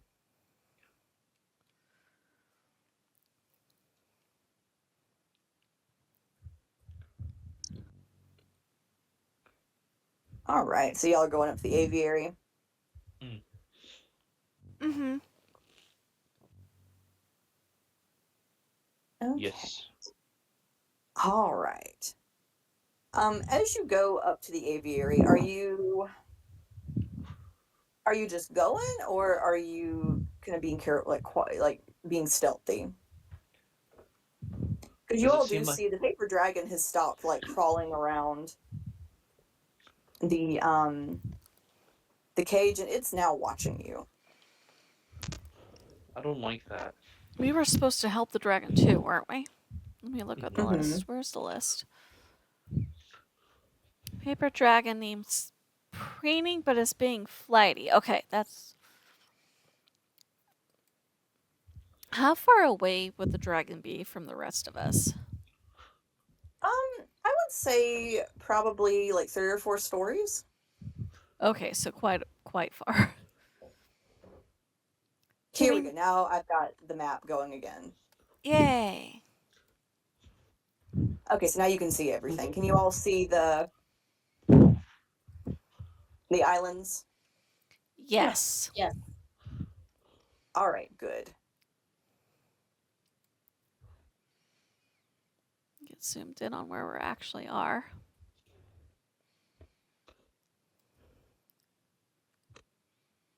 And sort of as you are going, you see all around you there are really colorful koi swimming around, just kind of in air, as if they were Ooh. swimming through water. Oh, that's cool.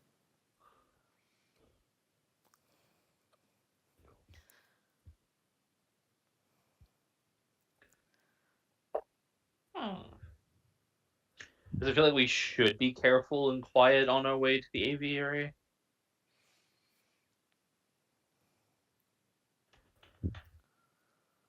Hello? Can you hear me? Yes. Yeah. Okay, so who, if anyone, is stealthing? I was just asking you, does it feel like we should be? It is really watching you all very closely. It's kind of doing like the bird like where it turns its head so its eyes looking at you, and the pupil kind of like gets bigger and smaller.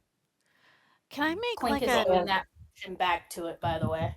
nature or survival check to try to read what its intent actions might be? Yes, anyone who would like to can do that. And Clink, because you were a bird, I'm going to give you advantage on that. Hell yeah. What are we Yes. rolling? Sorry.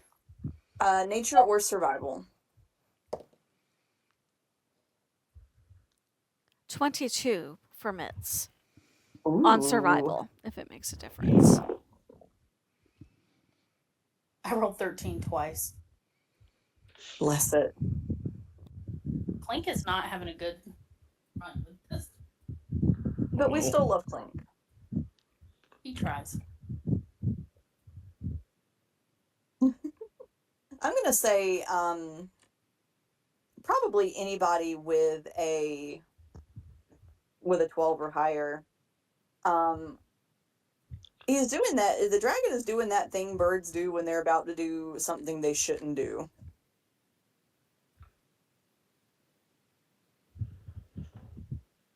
I think Clink would say in his master's voice, go, don't be naughty. Maybe we should be careful just in case it decides to dive at us. A hawk dove at me one time, and if Master hadn't been there and made like a vines go over the top of me, it would have tried to carry me away. Hawks are Jezebels. Yep. I think that's Everyone- Clink's new insult. Everyone, we need to be super duper quiet. And he's going to use his elven lineage to cast Pass Without a Trace. Ooh. I And can. so all of us get a +10 to stealth. Ooh. Ooh. Oh, yeah. Clink can- puts both hands over his mouth. Bless it. All right. With Pass Without a Trace, I don't think I'm going to have to make y'all roll for stealth. Can we roll just for the fun of it, though? I just- Absolutely. Maybe I you just all will want to steal know it. what I would get. Yes, go for it. Oh wow, I rolled a 21, so This is like, you ain't see 19 shit. plus 10, 29. Lord. I got a 21.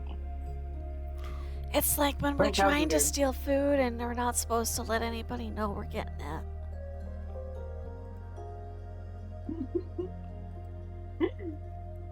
All right. So you making your way up to the aviary?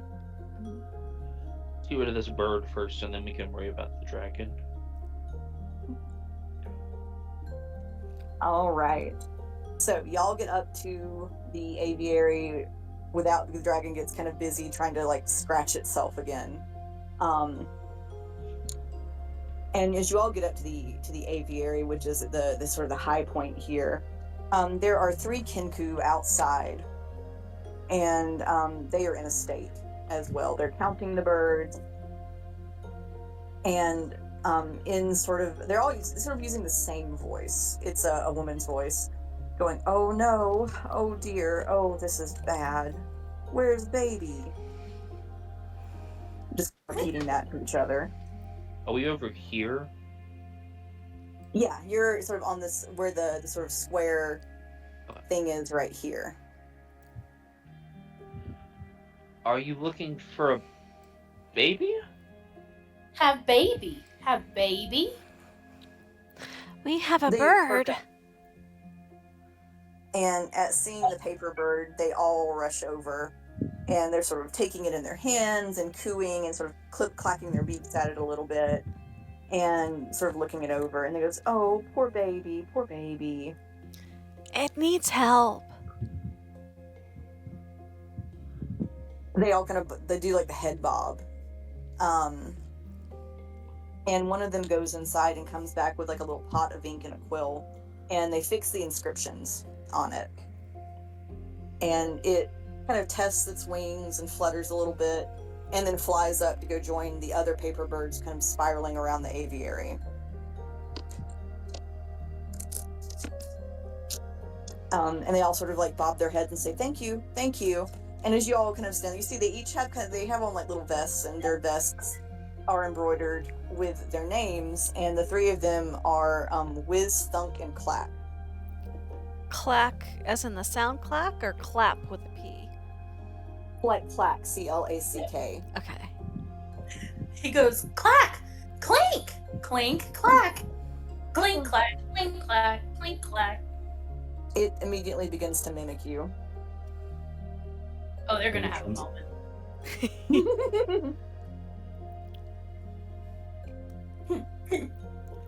All I can picture is them just facing each other, both dipping their heads, going clink, and the other one goes clack, and the other one goes clink. I Yeah, pretty 100% need you to play a Kenku at some point, Susu. I thought about making him a Kingu. They are very pleased, and they kind of like they turn their heads to each other, and they have a little conversation purely in sounds that they seem to understand from each other. And one of them goes into the aviary, and he comes back out with a piece of polished flint and hands it to Clink. His eyes like grow to the size of dinner plates. He's like, oh, trinket for Clinket. Rubbage, do you still have Detect Magic up? I think you would. Yeah, it's only been like probably a couple minutes, right? Yeah. Okay, This yeah. item is magical. This piece of this polished but otherwise somewhat unremarkable piece of polished flint has the same sort of magical energy that the piece of wood you got has. Not trinket, Click. I think is your master. Mass? Flint? Flint for Clinket? Mm-hmm. And he looks puzzled.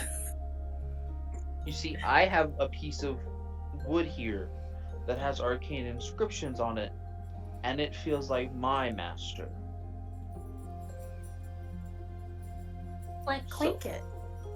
I suspect the evil archfey turned our friends into objects. But if we win the game, he has to turn him back, right?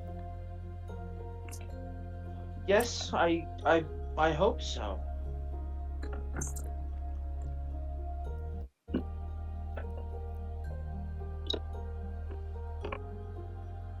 Oh, we gotta help the dragon, too. She looks very worried over at wherever the paper dragon might be. Clink goes, It and is- Jezebel.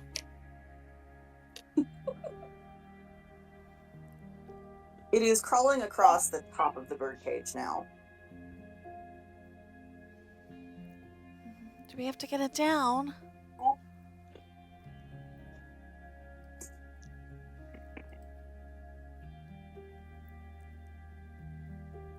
think we do.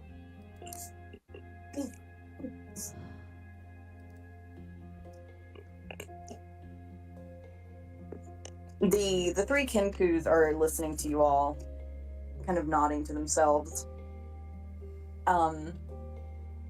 And they go inside, and they, after a minute, they come out hauling, it's a large scroll, but drawn on the scroll is like this huge feast in watercolor ink. And they lay it out, and the paper dragon sees it, and it comes to land on the top of the aviary, but it doesn't seem to want to come much closer. And it's still trying to like itch itself. Why is it itchy? The Kinkus kind of point at the rolled feathers that have not come out of their casings yet. Need a preen, come here, need a preen. Are you trying to get its attention, Clink? No, he's talking to Vince. Oh.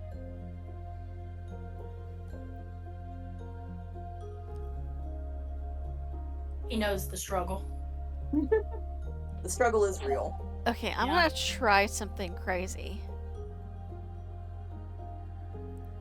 I want to cast Healing Word on the dragon to see if maybe it helps the itchies.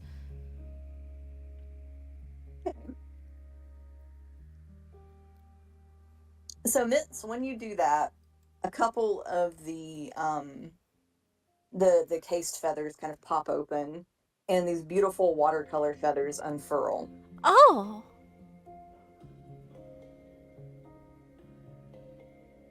Okay, that'll help.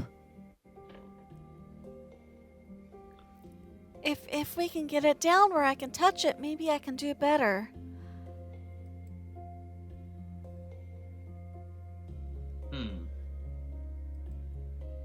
How do we do that? Mitch just shrugs. The Kinku seem a little bit scared of it. They're kind of like huddling back towards the aviary. I say, "Careful, careful, paper cut. Oh. Ouch, paper cut."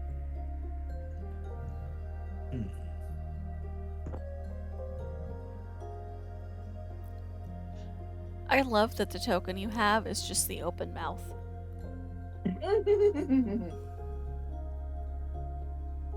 It seems as though you all are going to try to have to lure it closer, and to do that, it probably needs to notice you.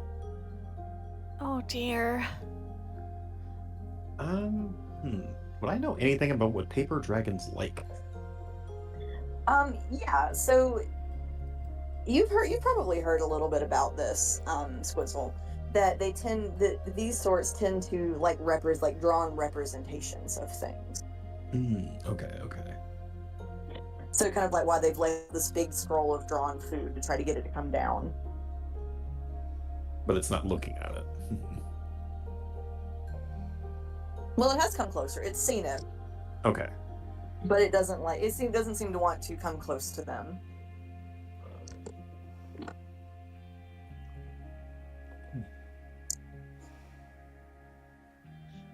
One of us has to pull it out in the middle of the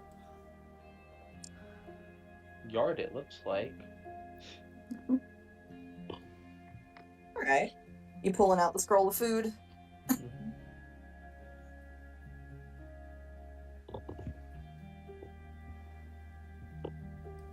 Pulling out the scroll.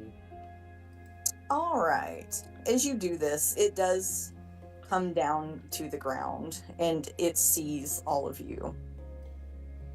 And with that, I need everyone to roll initiative for me, please. Okay. Oh no. Oh, hell yeah.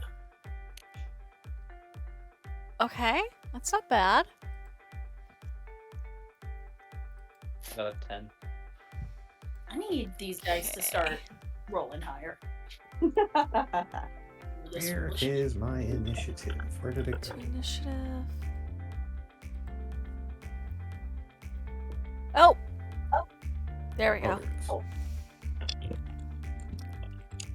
there it is. 12. All right.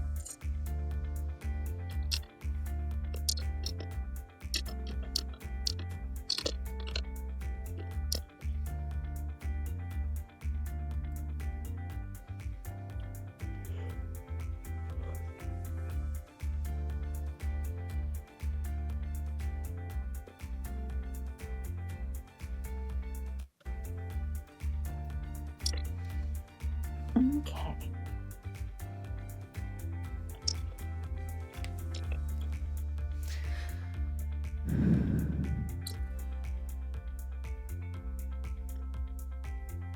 All right.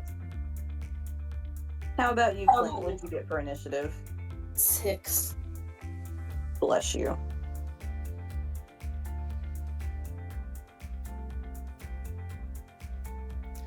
Usually me and D&D Beyond get along pretty well. I don't know what the hell's in its pants tonight.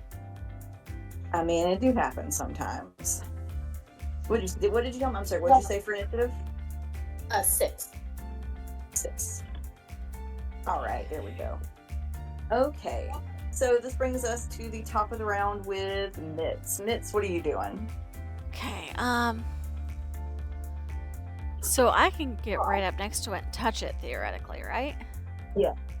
So she's gonna get up, saying what healing word did. She's gonna get up there, and I can't believe I'm about to try this on something that we've just rolled initiative about with. But I'm gonna cast a 3rd level Cure Wounds, and hope, because the whole point is to get this thing preened, right? And the healing words seem to help. Yep. All right. So that is gonna be. Do you want me to roll the healing points for it? Does that? Yes, please. 2d8 plus modifier. Oh, at 3rd level. Okay, that's 68. Use the D&D Beyond for a moment. 24 points of healing. Okay. All right. Yeah, that causes some of the feathers to pop out. This beautiful array of watercolor feathers. Does it seem more agitated or less agitated by it? It's currently at about the same level of agitation. Okay. Making sure I didn't make it worse. It seems to be primarily agitated by the feathers being itchy. But that's just kind of making it ornery in general.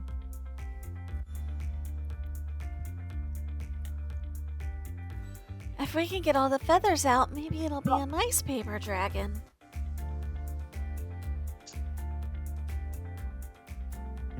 Probably.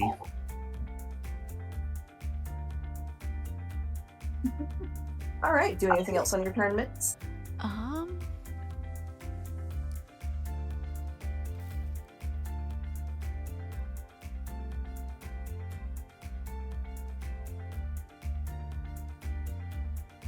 Let's see. I'm trying to concentrate on the enhanceability still, so I don't want to do that.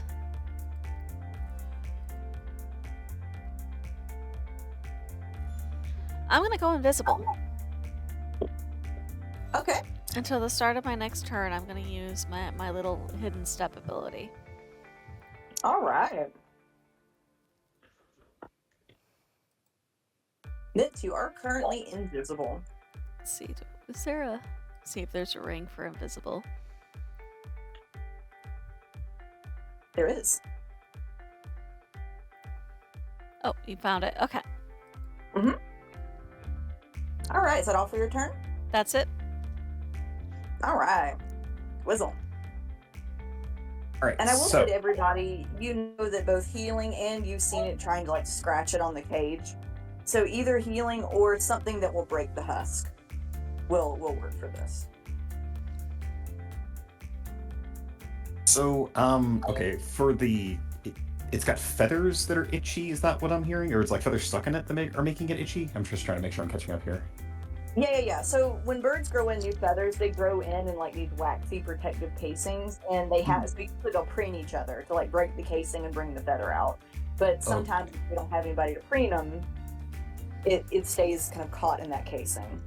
Okay, got it. So it doesn't have somebody else's feathers stuck in it. These are just its own feathers. Okay. Yeah. So basically, it probably has molted quite a lot recently, and just needs the.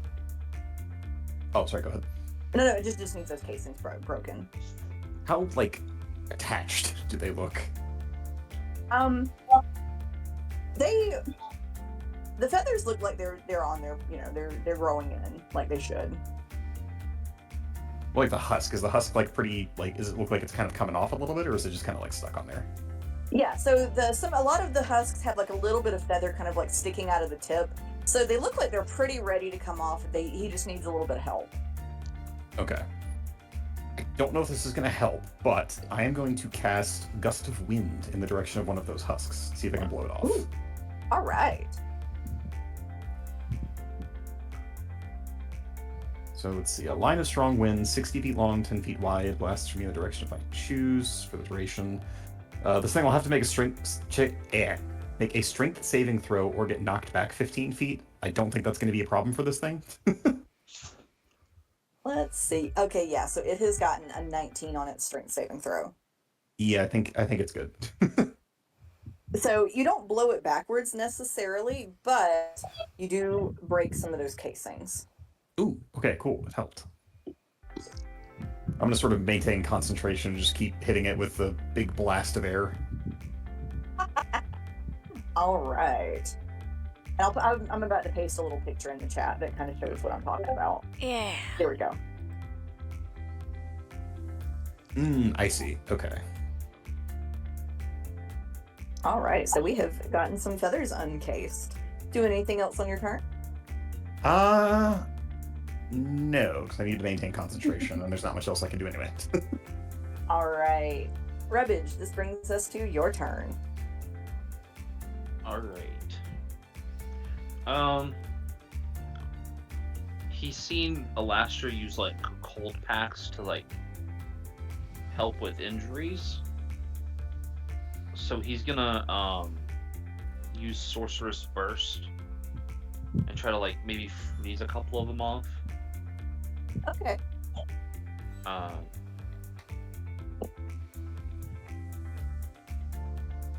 That is a terrible roll. That's an 8. Oh. Yeah, as you try to like freeze, it was a great idea. As you try to freeze some of them, like it's too busy like shimmying and squirming and it misses.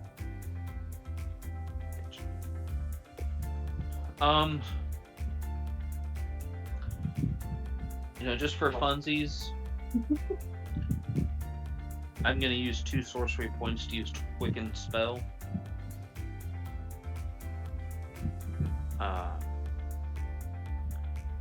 And I'm gonna cast.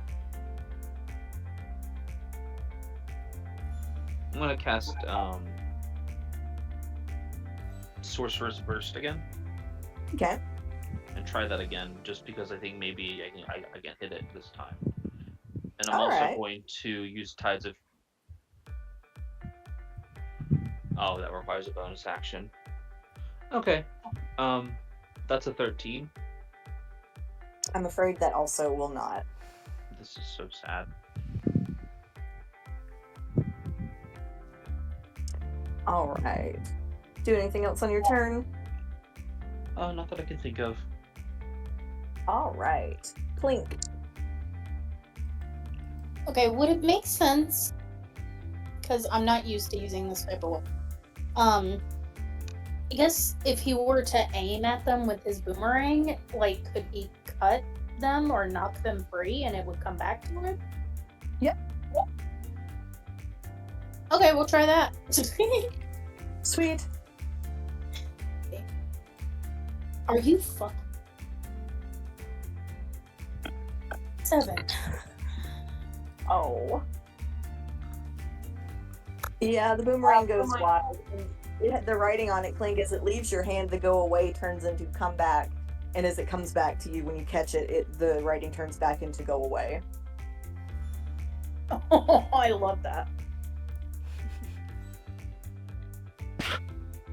He looks visibly frustrated. All right. Do anything else on your turn? Sure.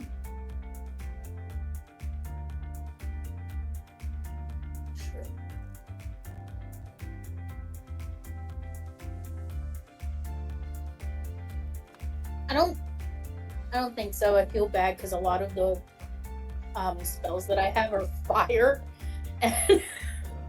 Well, now you could aim them carefully. I'm gonna say you all probably are gonna be aiming not to hurt this thing. Okay. Good to know. But no, that's all I'm gonna do. But that's good to know for next turn. All right. So this brings us to the paper dragon's turn. It's kind of mad that you all are doing things to it, even though you're helping it in true bird fashion. So it's gonna make a bite attack against you, Rebbage. All right. Does a 13 hit? Yes.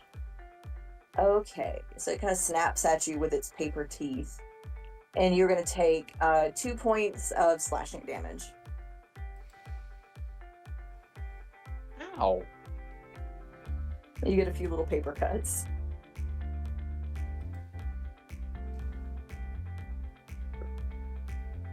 All right.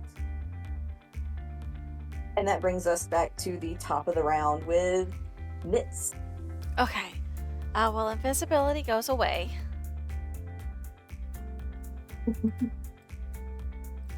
And I want to try to climb up on top of this thing's back if I can.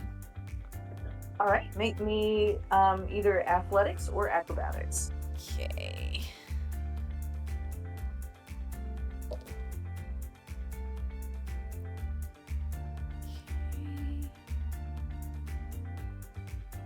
Athletics would be a 14. Okay, I'll say that'll do it. You are now currently on the paper dragon. Okay.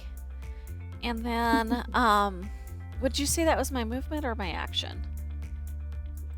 That would probably be your action. Action, okay.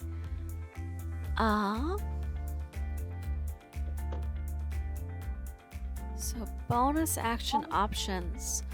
I'm gonna drop concentration on the enhance ability and instead invoke duplicity with one Okay. of my channel divinities, which it's listed as a bonus action.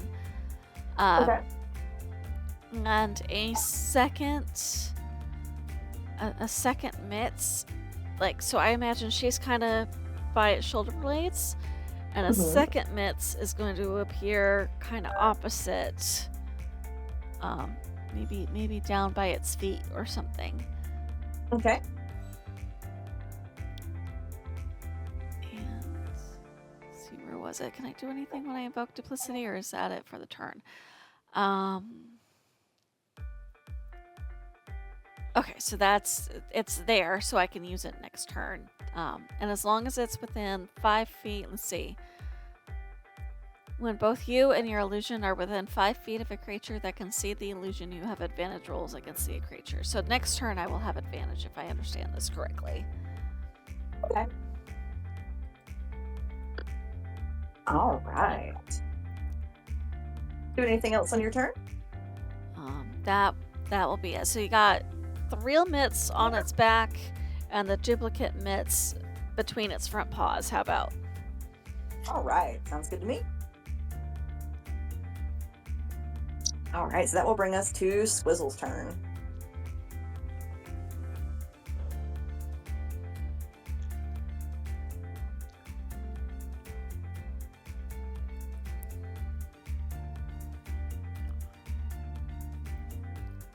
Hello. My microphone was up. Sorry about that. That's so sad. I don't know how much help I'm going to be apart from continuing to just be an air compressor, so I'm going to keep blasting air. All right, I mean, hey, wear that. All right, so did I need to do anything for the paper dragon for that, or was it?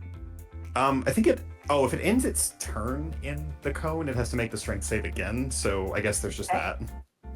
Let's see. So that is an 8. I don't think that's going to save. No, I don't think so. So he gets pushed back, and Real Mitts goes with it. And since that did sort of work, I'm going to, it undoes a few more of the pin feather casings. Nice. I would say probably at this point about half of them are undone. Cool. That's All about right, I do got. anything? All right. So in that case, that makes it Rubbage's turn. Well, I'm first going to use my bonus action to activate my innate sorcery. So Rubbage's tail kind of just starts shaking a lot. Oh, rattlesnake tail. Yes. I love rattlesnake tail. You hear him Yes. purring. Oh. And I am going to launch a Chaos Bolt at 3rd level. Okay. Right at the patches. Right at the patch where the feathers are. Okay. So I get Do advantage on my attack roll. Sweet. That is a natural 20. What? Hell yeah. Holy shit, this is gonna be wild. This could go crazy. Because it's a Chaos Bolt. Let me see how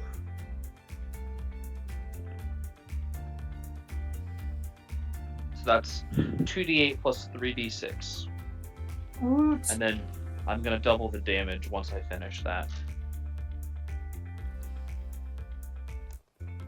So I can choose either poison or acid damage. I'm going to go with acid damage because that Good feels choice. a little safer. Mm-hmm.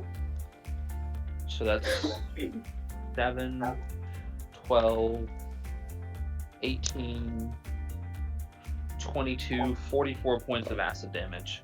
Woo! All right, you definitely take off some of those pin feathers. Not the pin feather itself, but you break the casings. All right, this thing is very nearly trained by force. Come here, we will preen you. Oh, Do not and resist. I have to roll a wild magic search. Oh, We're because good. natural 20. I just every time I cast a leveled spell, I can roll it every time I cast a leveled spell, which I usually do because it's fun. Yes.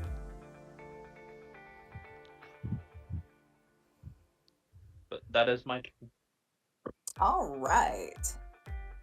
This brings us to Clink's turn. Alright. So knowing that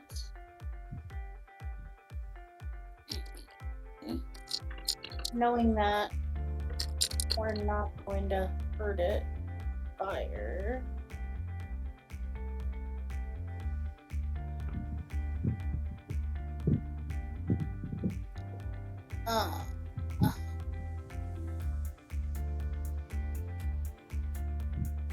Okay, we're gonna do Scorching Ray. And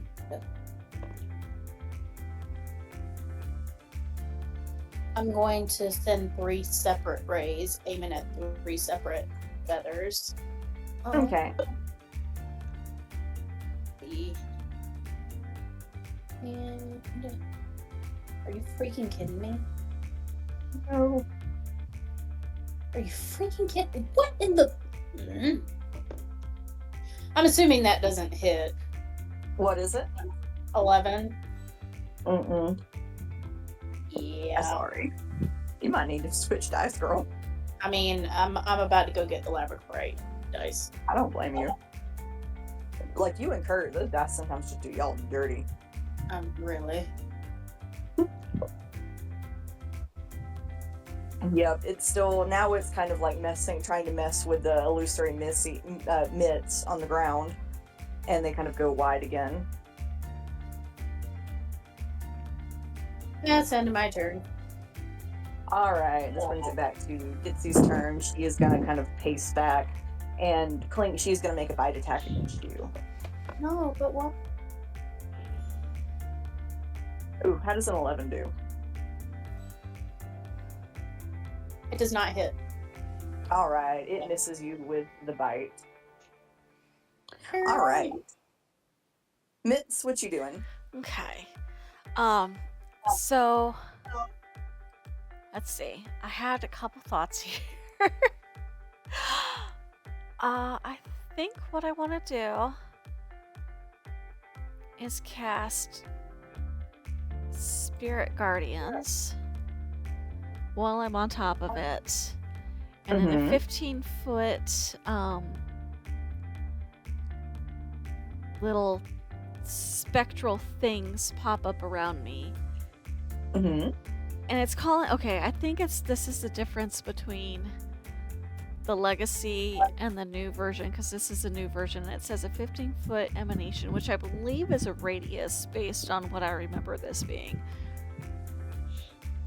And whatever enters the creature's space, or when a creature ends its turn there, must make a wisdom save, and on a fail save it takes radiant damage. So I think I've been debating if it's going to be little winged apples or raccoons with wings, or a mix. It's a mix. It's little spectral winged raccoons chasing winged apples around in a circle in this area. And Mitz goes, okay guys, we gotta break the casing.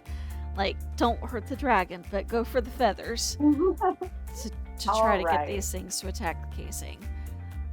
So I guess it counts when I cast it. It would be the first time it enters the space. Okay.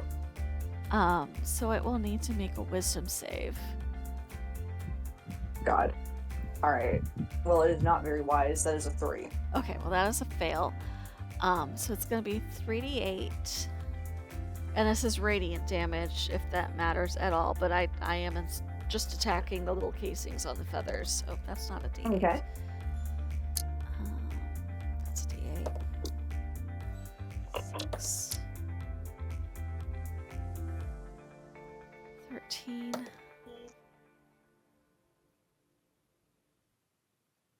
How did that land? 14, I'm guessing. 14. Alright, so with that, the other the last bits of the casings break open, and all of its feathers kind of unfurl. And it gets kind of still. It's like, oh shit, this is actually nice. All better? Alright.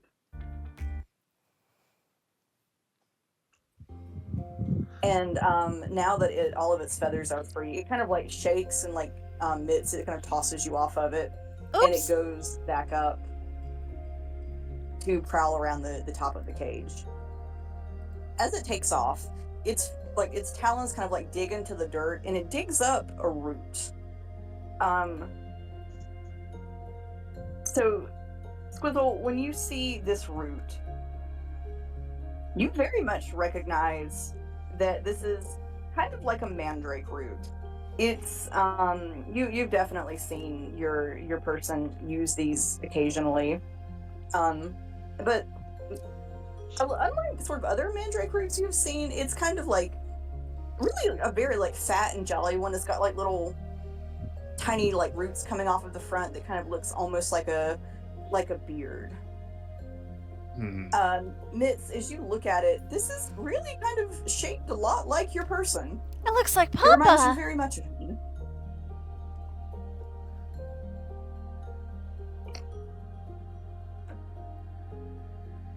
And it does kind of smell like him a little bit. She's dancing it around the grass like it's a doll. Oh my gosh. Ah.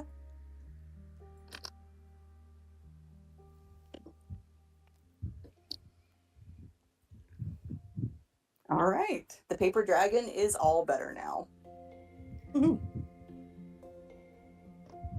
Now we just and have to from find where- the. Sorry. Oh, I'm sorry. Go ahead. Mitz goes, now we just have to find the frog dude, right? I think so, yeah. And you all like this kind. As you have done all these things, you notice the sun is starting to set, and you all do know the ball was tonight. We gotta zoom.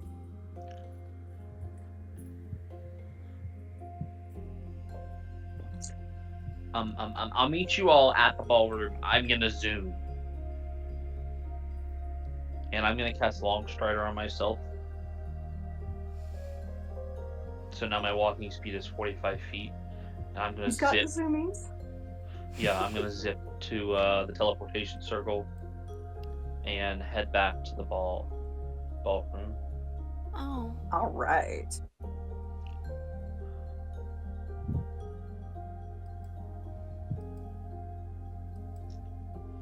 So you all headed back down?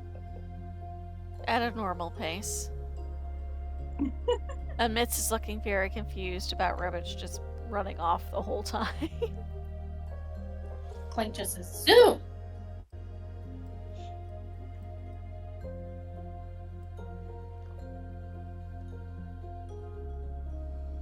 All right. So as you all get back down, the ball is sort of warming up and getting started. And Granny Greensleeves comes in. She goes, I was wondering where you all were. We went to the aviary. Oh, did you fix the dragon? Uh-huh. Yes. Oh, good. It was a menace. And the bird. And the oven. Now we just gotta find the frog man. Oh, okay. She kind of pauses. There is someone there that I don't know who he is. That could be him. Okay, well, I'll see you all there.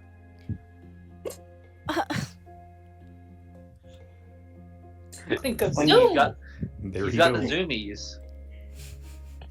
Bless his heart.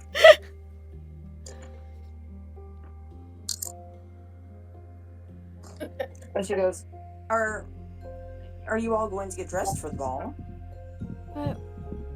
What does one wear to a ball? And what do we look like currently? Well, you aren't dressed for one, that's for certain. And she kind of hustles you all into to this kind of area right here.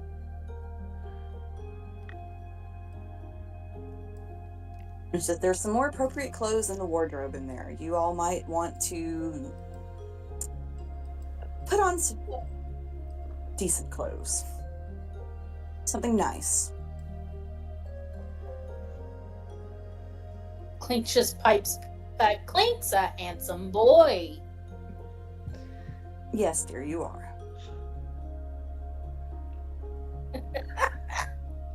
So, what are you all wearing to the ball? Here's a question. Do we look like ourselves, like our humanoid forms, or do we look like the illusioned forms of our master's parents, human person? I will say, as you all go, she goes, oh, well, let's see if we can't do something about this. And so she tries to work a little bit of magic on you, and she does eventually get you all to look like yourselves. And she goes, I don't think there's going to be any benefit to having a fat, jolly druid in a ball gown. I think Grubbage honestly looks pretty fancy as is. True to cat form. Once cat, always cat. It's true.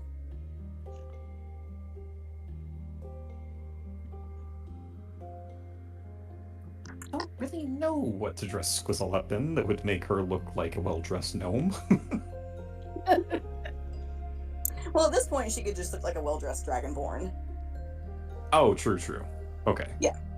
So, Granny Greensleeves was going to help you all get dressed, but then somebody pulls her away to attend to some sort of emergency elsewhere. So you all are unfortunately left on your own to figure out what fancy dress means. I'm trying to think if Mitz would have any form of reference for this. Probably Hmm. not. I have an idea. I'm going to get those curtains again. I love it. Yes, the curtains. She will add the curtains to her ensemble to make it look vaguely more like a dress and a sash, but it's really just a curtain. I love it. Incredible. As you were doing this, the frog lady kind of pops up out of the pond, and she goes, "Are you going to get my husband? We're working on it. We think he'll be at the ball." He's been turned into a prince." She looks kind of thoughtful, and she goes, "I know humans kiss a frog to turn them into a prince, but how does one get a prince to turn back into a frog? It has to go the opposite way, I guess." I was hoping for some manner of alchemical concoction. It's less messy that way. She looks and she goes, "We can't. Our skin. He is a human, but oh dear. Please don't turn my husband into anything unsightly." I am Like a afraid that bird. I don't completely understand your standards, but I will do my best. "Thank you. And you can't have him either." That's fine. She narrows her eyes. I think What do the you mean slug that's wants fine? him. He's very handsome. Okay. Squizzle's kind of short-circuiting at this point, like, I'm not really sure how to respond to this. I love it. I don't think most people would. I'll be back I'm in going like to a go minute. now. Squizzle said this is a trap. I have neither the brain cells nor the time for this. I am leaving.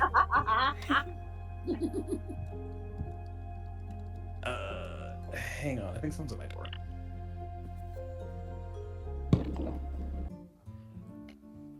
I don't know Yeah, either. I wanted to stay a little longer, but I do have to head out. Yeah, that is okay. Thank you for hanging out with us. Yes. Happy birthday. Thank you. Rune was fun. Not Rune, Rubbage. Rubbage. Yeah, I've gotten my master back, I think, but Huh? I said I got Alastra back, but he's not been transformed unless there's something more to it. He will be transformed back into his former self. I'm recording it too, so once I get enough brain power to clean it up and stuff, you'll be able to at least listen to the end. Okay. All right, y'all. I will see you all later. Later. Alright, have a good night. Thank you.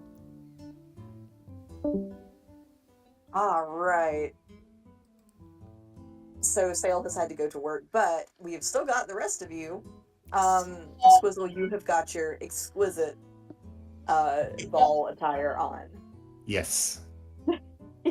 I am ready for the gala. Yes, absolutely. So that leaves Mitz and Clink.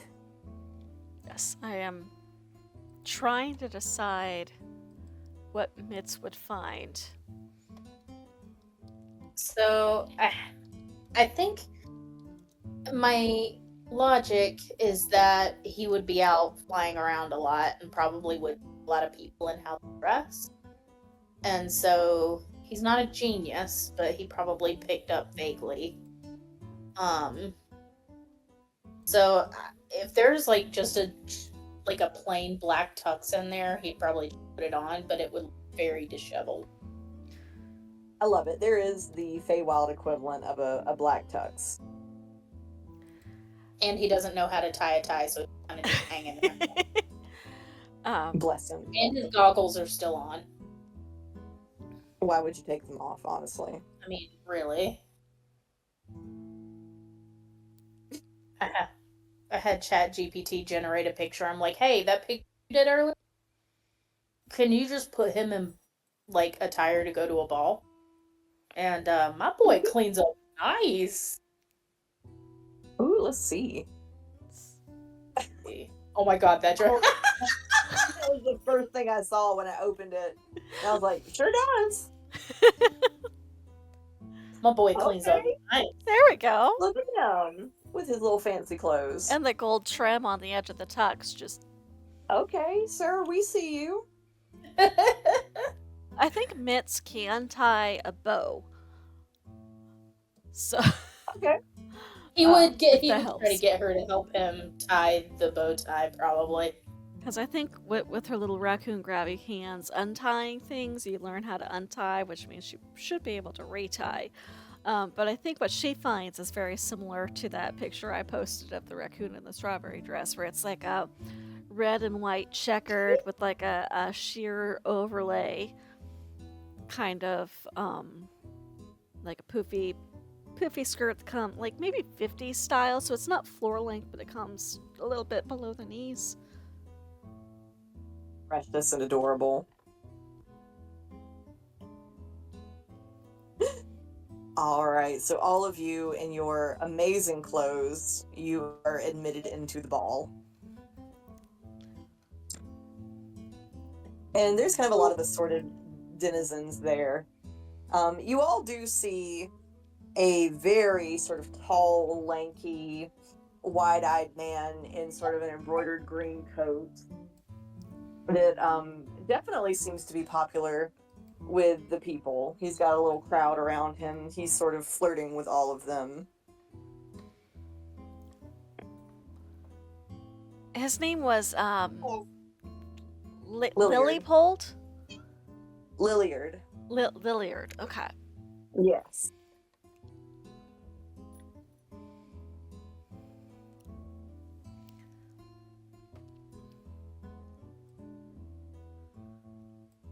So Mitz will look at the others. Do you think that's Lilliard? Maybe. Hard to tell. Is he acting frog-like? I don't know how frogs act, but he sure looks like a frog. They seem to say lots of confusing and accusatory things. Jezebel. Yeah, like that.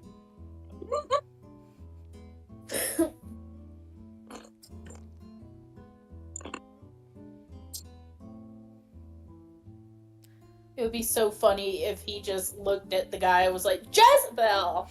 Like, trying to get... The frog kind of looks over and or the frogman looks very startled, and he goes, "Excuse me." Wife. Wife? Wife? Was it his wife? Are Mhm. you Lilliput? Lily Erd? Oh dear. He kind of I've messed he up kind of- again. he kind of looks around and looks kind of, he's being shady. And Clink, when you blurted out "wife," that scared away most of the people talking to him. I love My it. job here is done. They were like, "Whoa, he's for the pond." Literally. Mm-hmm. And he comes over and he's like, "I'm only having a bit of fun. What did my wife send you?" Yes. Wife. Why did you want to leave her behind? She's just so high-strung all of the time. Really, I just want to have a little bit of fun once in a while. I Maybe wasn't going anywhere with that slug. Clink crosses his arms and goes, Pussy. Maybe she The wanted to slug have fun seemed to- too. The slug seemed to be under the impression you were taking her to the ball. Well, I said I would meet her here. Everyone's come to the ball. But he's starting to sweat and squirm a little bit. Clink is like, wife not at ball. He kind of sighs. You're right.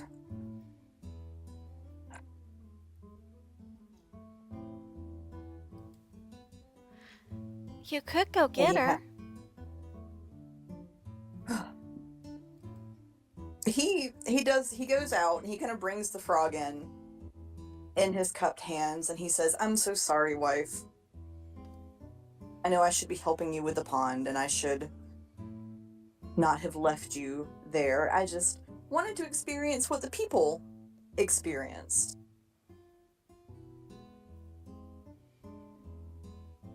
And he kind of like picks her up and gives her a little kiss, and he says, "Please don't be mad with me." And when he does it, there's sort of this little poof, and she's turned into a woman wearing sort of a lotus petal ball gown. Ooh. And she says, "You know, we need to go on more dates." And she says, "Oh, thank you all for getting my husband to see some sense. I found this at the bottom of the pond." And she'll kind of reach into one of her little dress pockets, and she pulls out it's kind of it's this empty bottle. It's very clearly an alchemy bottle. And she holds it out and she says, "It's pretty. It's carved very nicely."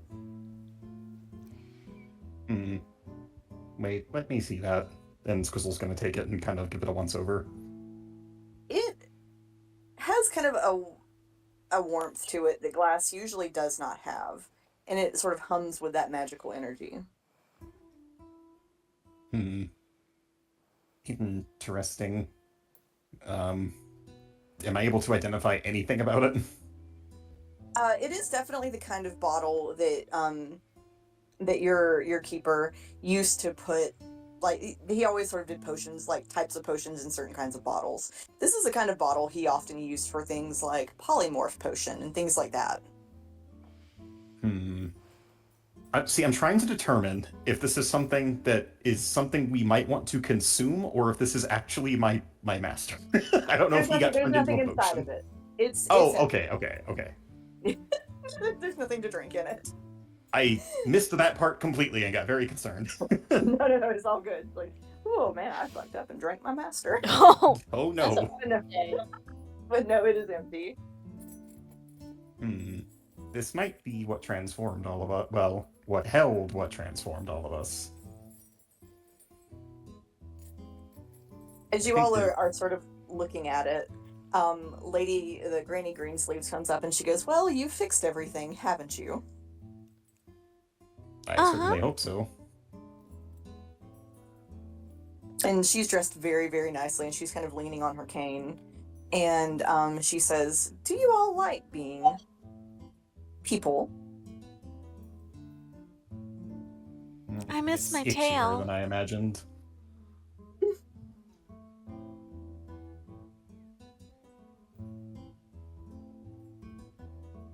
And she kind of like taps her cane on the ground, and in this sort of shimmer of light, she transforms into this tall, sort of dark-skinned Eladrin woman with violet hair and a crown of spring flowers. And she just kind of smiles a little bit, and she says, "Really, you've all done your masters justice. You can always tell a mage by how they treat their familiars. You all are very capable. You've done well, and you've shown that you're compassionate." I should introduce myself properly. I'm Lady Thistledown. Ooh. I knew it. And a gentleman in a mask kind of comes up behind her and like links his arm through his, and you all recognize him as Hearsome. And she says, "All right, dear, I think we've had enough fun. Let's turn their masters back." And he waves his hand, and the objects turn back into your human master, or your humanoid masters. Papa! He gives you a big hug. I like to And a cookie. imagine that Furbolg Mitts can lift him up off the ground. He's a bit surprised, and he goes, "Oh, you got big and strong." Can I be a raccoon again? And Lady Thistledown kind of smiles, and she says, "Do you want to be?" Uh-huh. I like And a fitting under the moment, table. and in a little poof that leaves you kind of swallowed by your ball gown, you were transformed back into a raccoon. Mitz is immediately digging out one of the snacks from her bag that's probably also covered in the ball gown cloth, and these little grabby paws start passing out apples. Aw. I love it. Oh, and then she looks to Squizzle and says, "What about you, dear?" She's gonna look down at her master. Is there any chance you could make me some, hydrating topicals for my scales? This might be a more useful form for you if I stay in it, but it's very dry. He kind of scoffs and says, "Of course I can. What do you think?" Honestly. Great. I will try this a while longer, I think.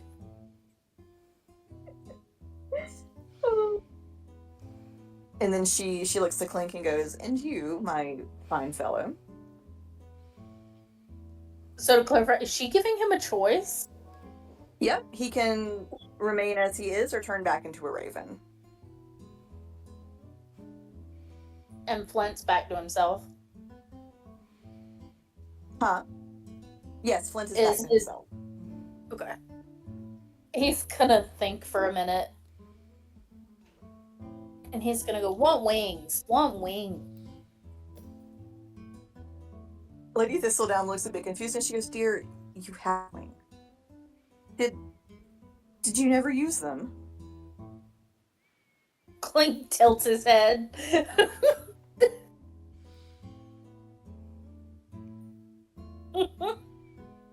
Well, you do have them. I suspect in time you will learn to bring them out.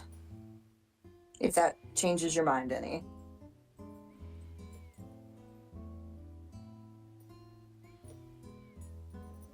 he looks at Flint and he goes, "Stay."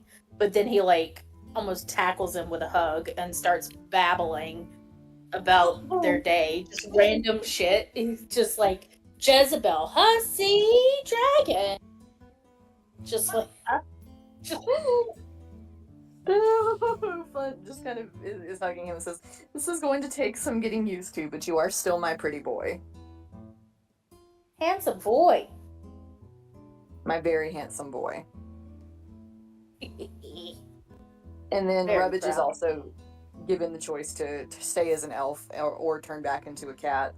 And after, everyone has sort of made their choices, Lady Thistledown claps and says, "We should really get this ball going. It's a bit quiet in here, wouldn't you say? And tomorrow we can talk about contracts for the 4 of you." Contra? I think you all would be fine additions to the Thistledown estate. Excellent. And there we have it, folks. The end. Oh, that was a Yay. blast. Yes, that was so much fun. That was fun. Good. I'm glad. It was a lot different than the things I usually do. So I'm glad everybody enjoyed it. It was fun and Absolutely. light. Yeah, I liked that. That was fun. Yeah. I enjoyed having everybody too. That was delightfully chaotic. Yes. I've discovered that I like just saying one-word phrases. That's fun. I mean, that's just kind of how I exist in my daily life. I'm like, I'm an NPC. You gotta just activate the dialogue. I only have so many pieces of dialogue though. I'm I just have tucking an Charisma. internal Squizzle away into my NPC archive. Yes. I love it. I loved all of them. Yeah, that sounds cool, dude. Right? Next Yeah. time you get the itch to test Feywild stuff out. Yeah. Right? Well, y'all are about to be in the Feywild in QCP. I would love for Clink to make a cameo. We can do it. We can do That it. would be hilarious. Well, all right, folks. I are tired, but Me I too. enjoyed it. Thank you all for being here. Happy birthday, Jess. Thank Happy you. birthday. And thanks for having me. Yes. Yes, Thank you. This so was much for fun, coming. everybody. Yeah, fun We really times. enjoyed having you, Alita. Oh, thank you. I'll talk at you guys Oh. later. Have a good Bye, night. everybody. Night. Bye. Bye. Bye. Bye.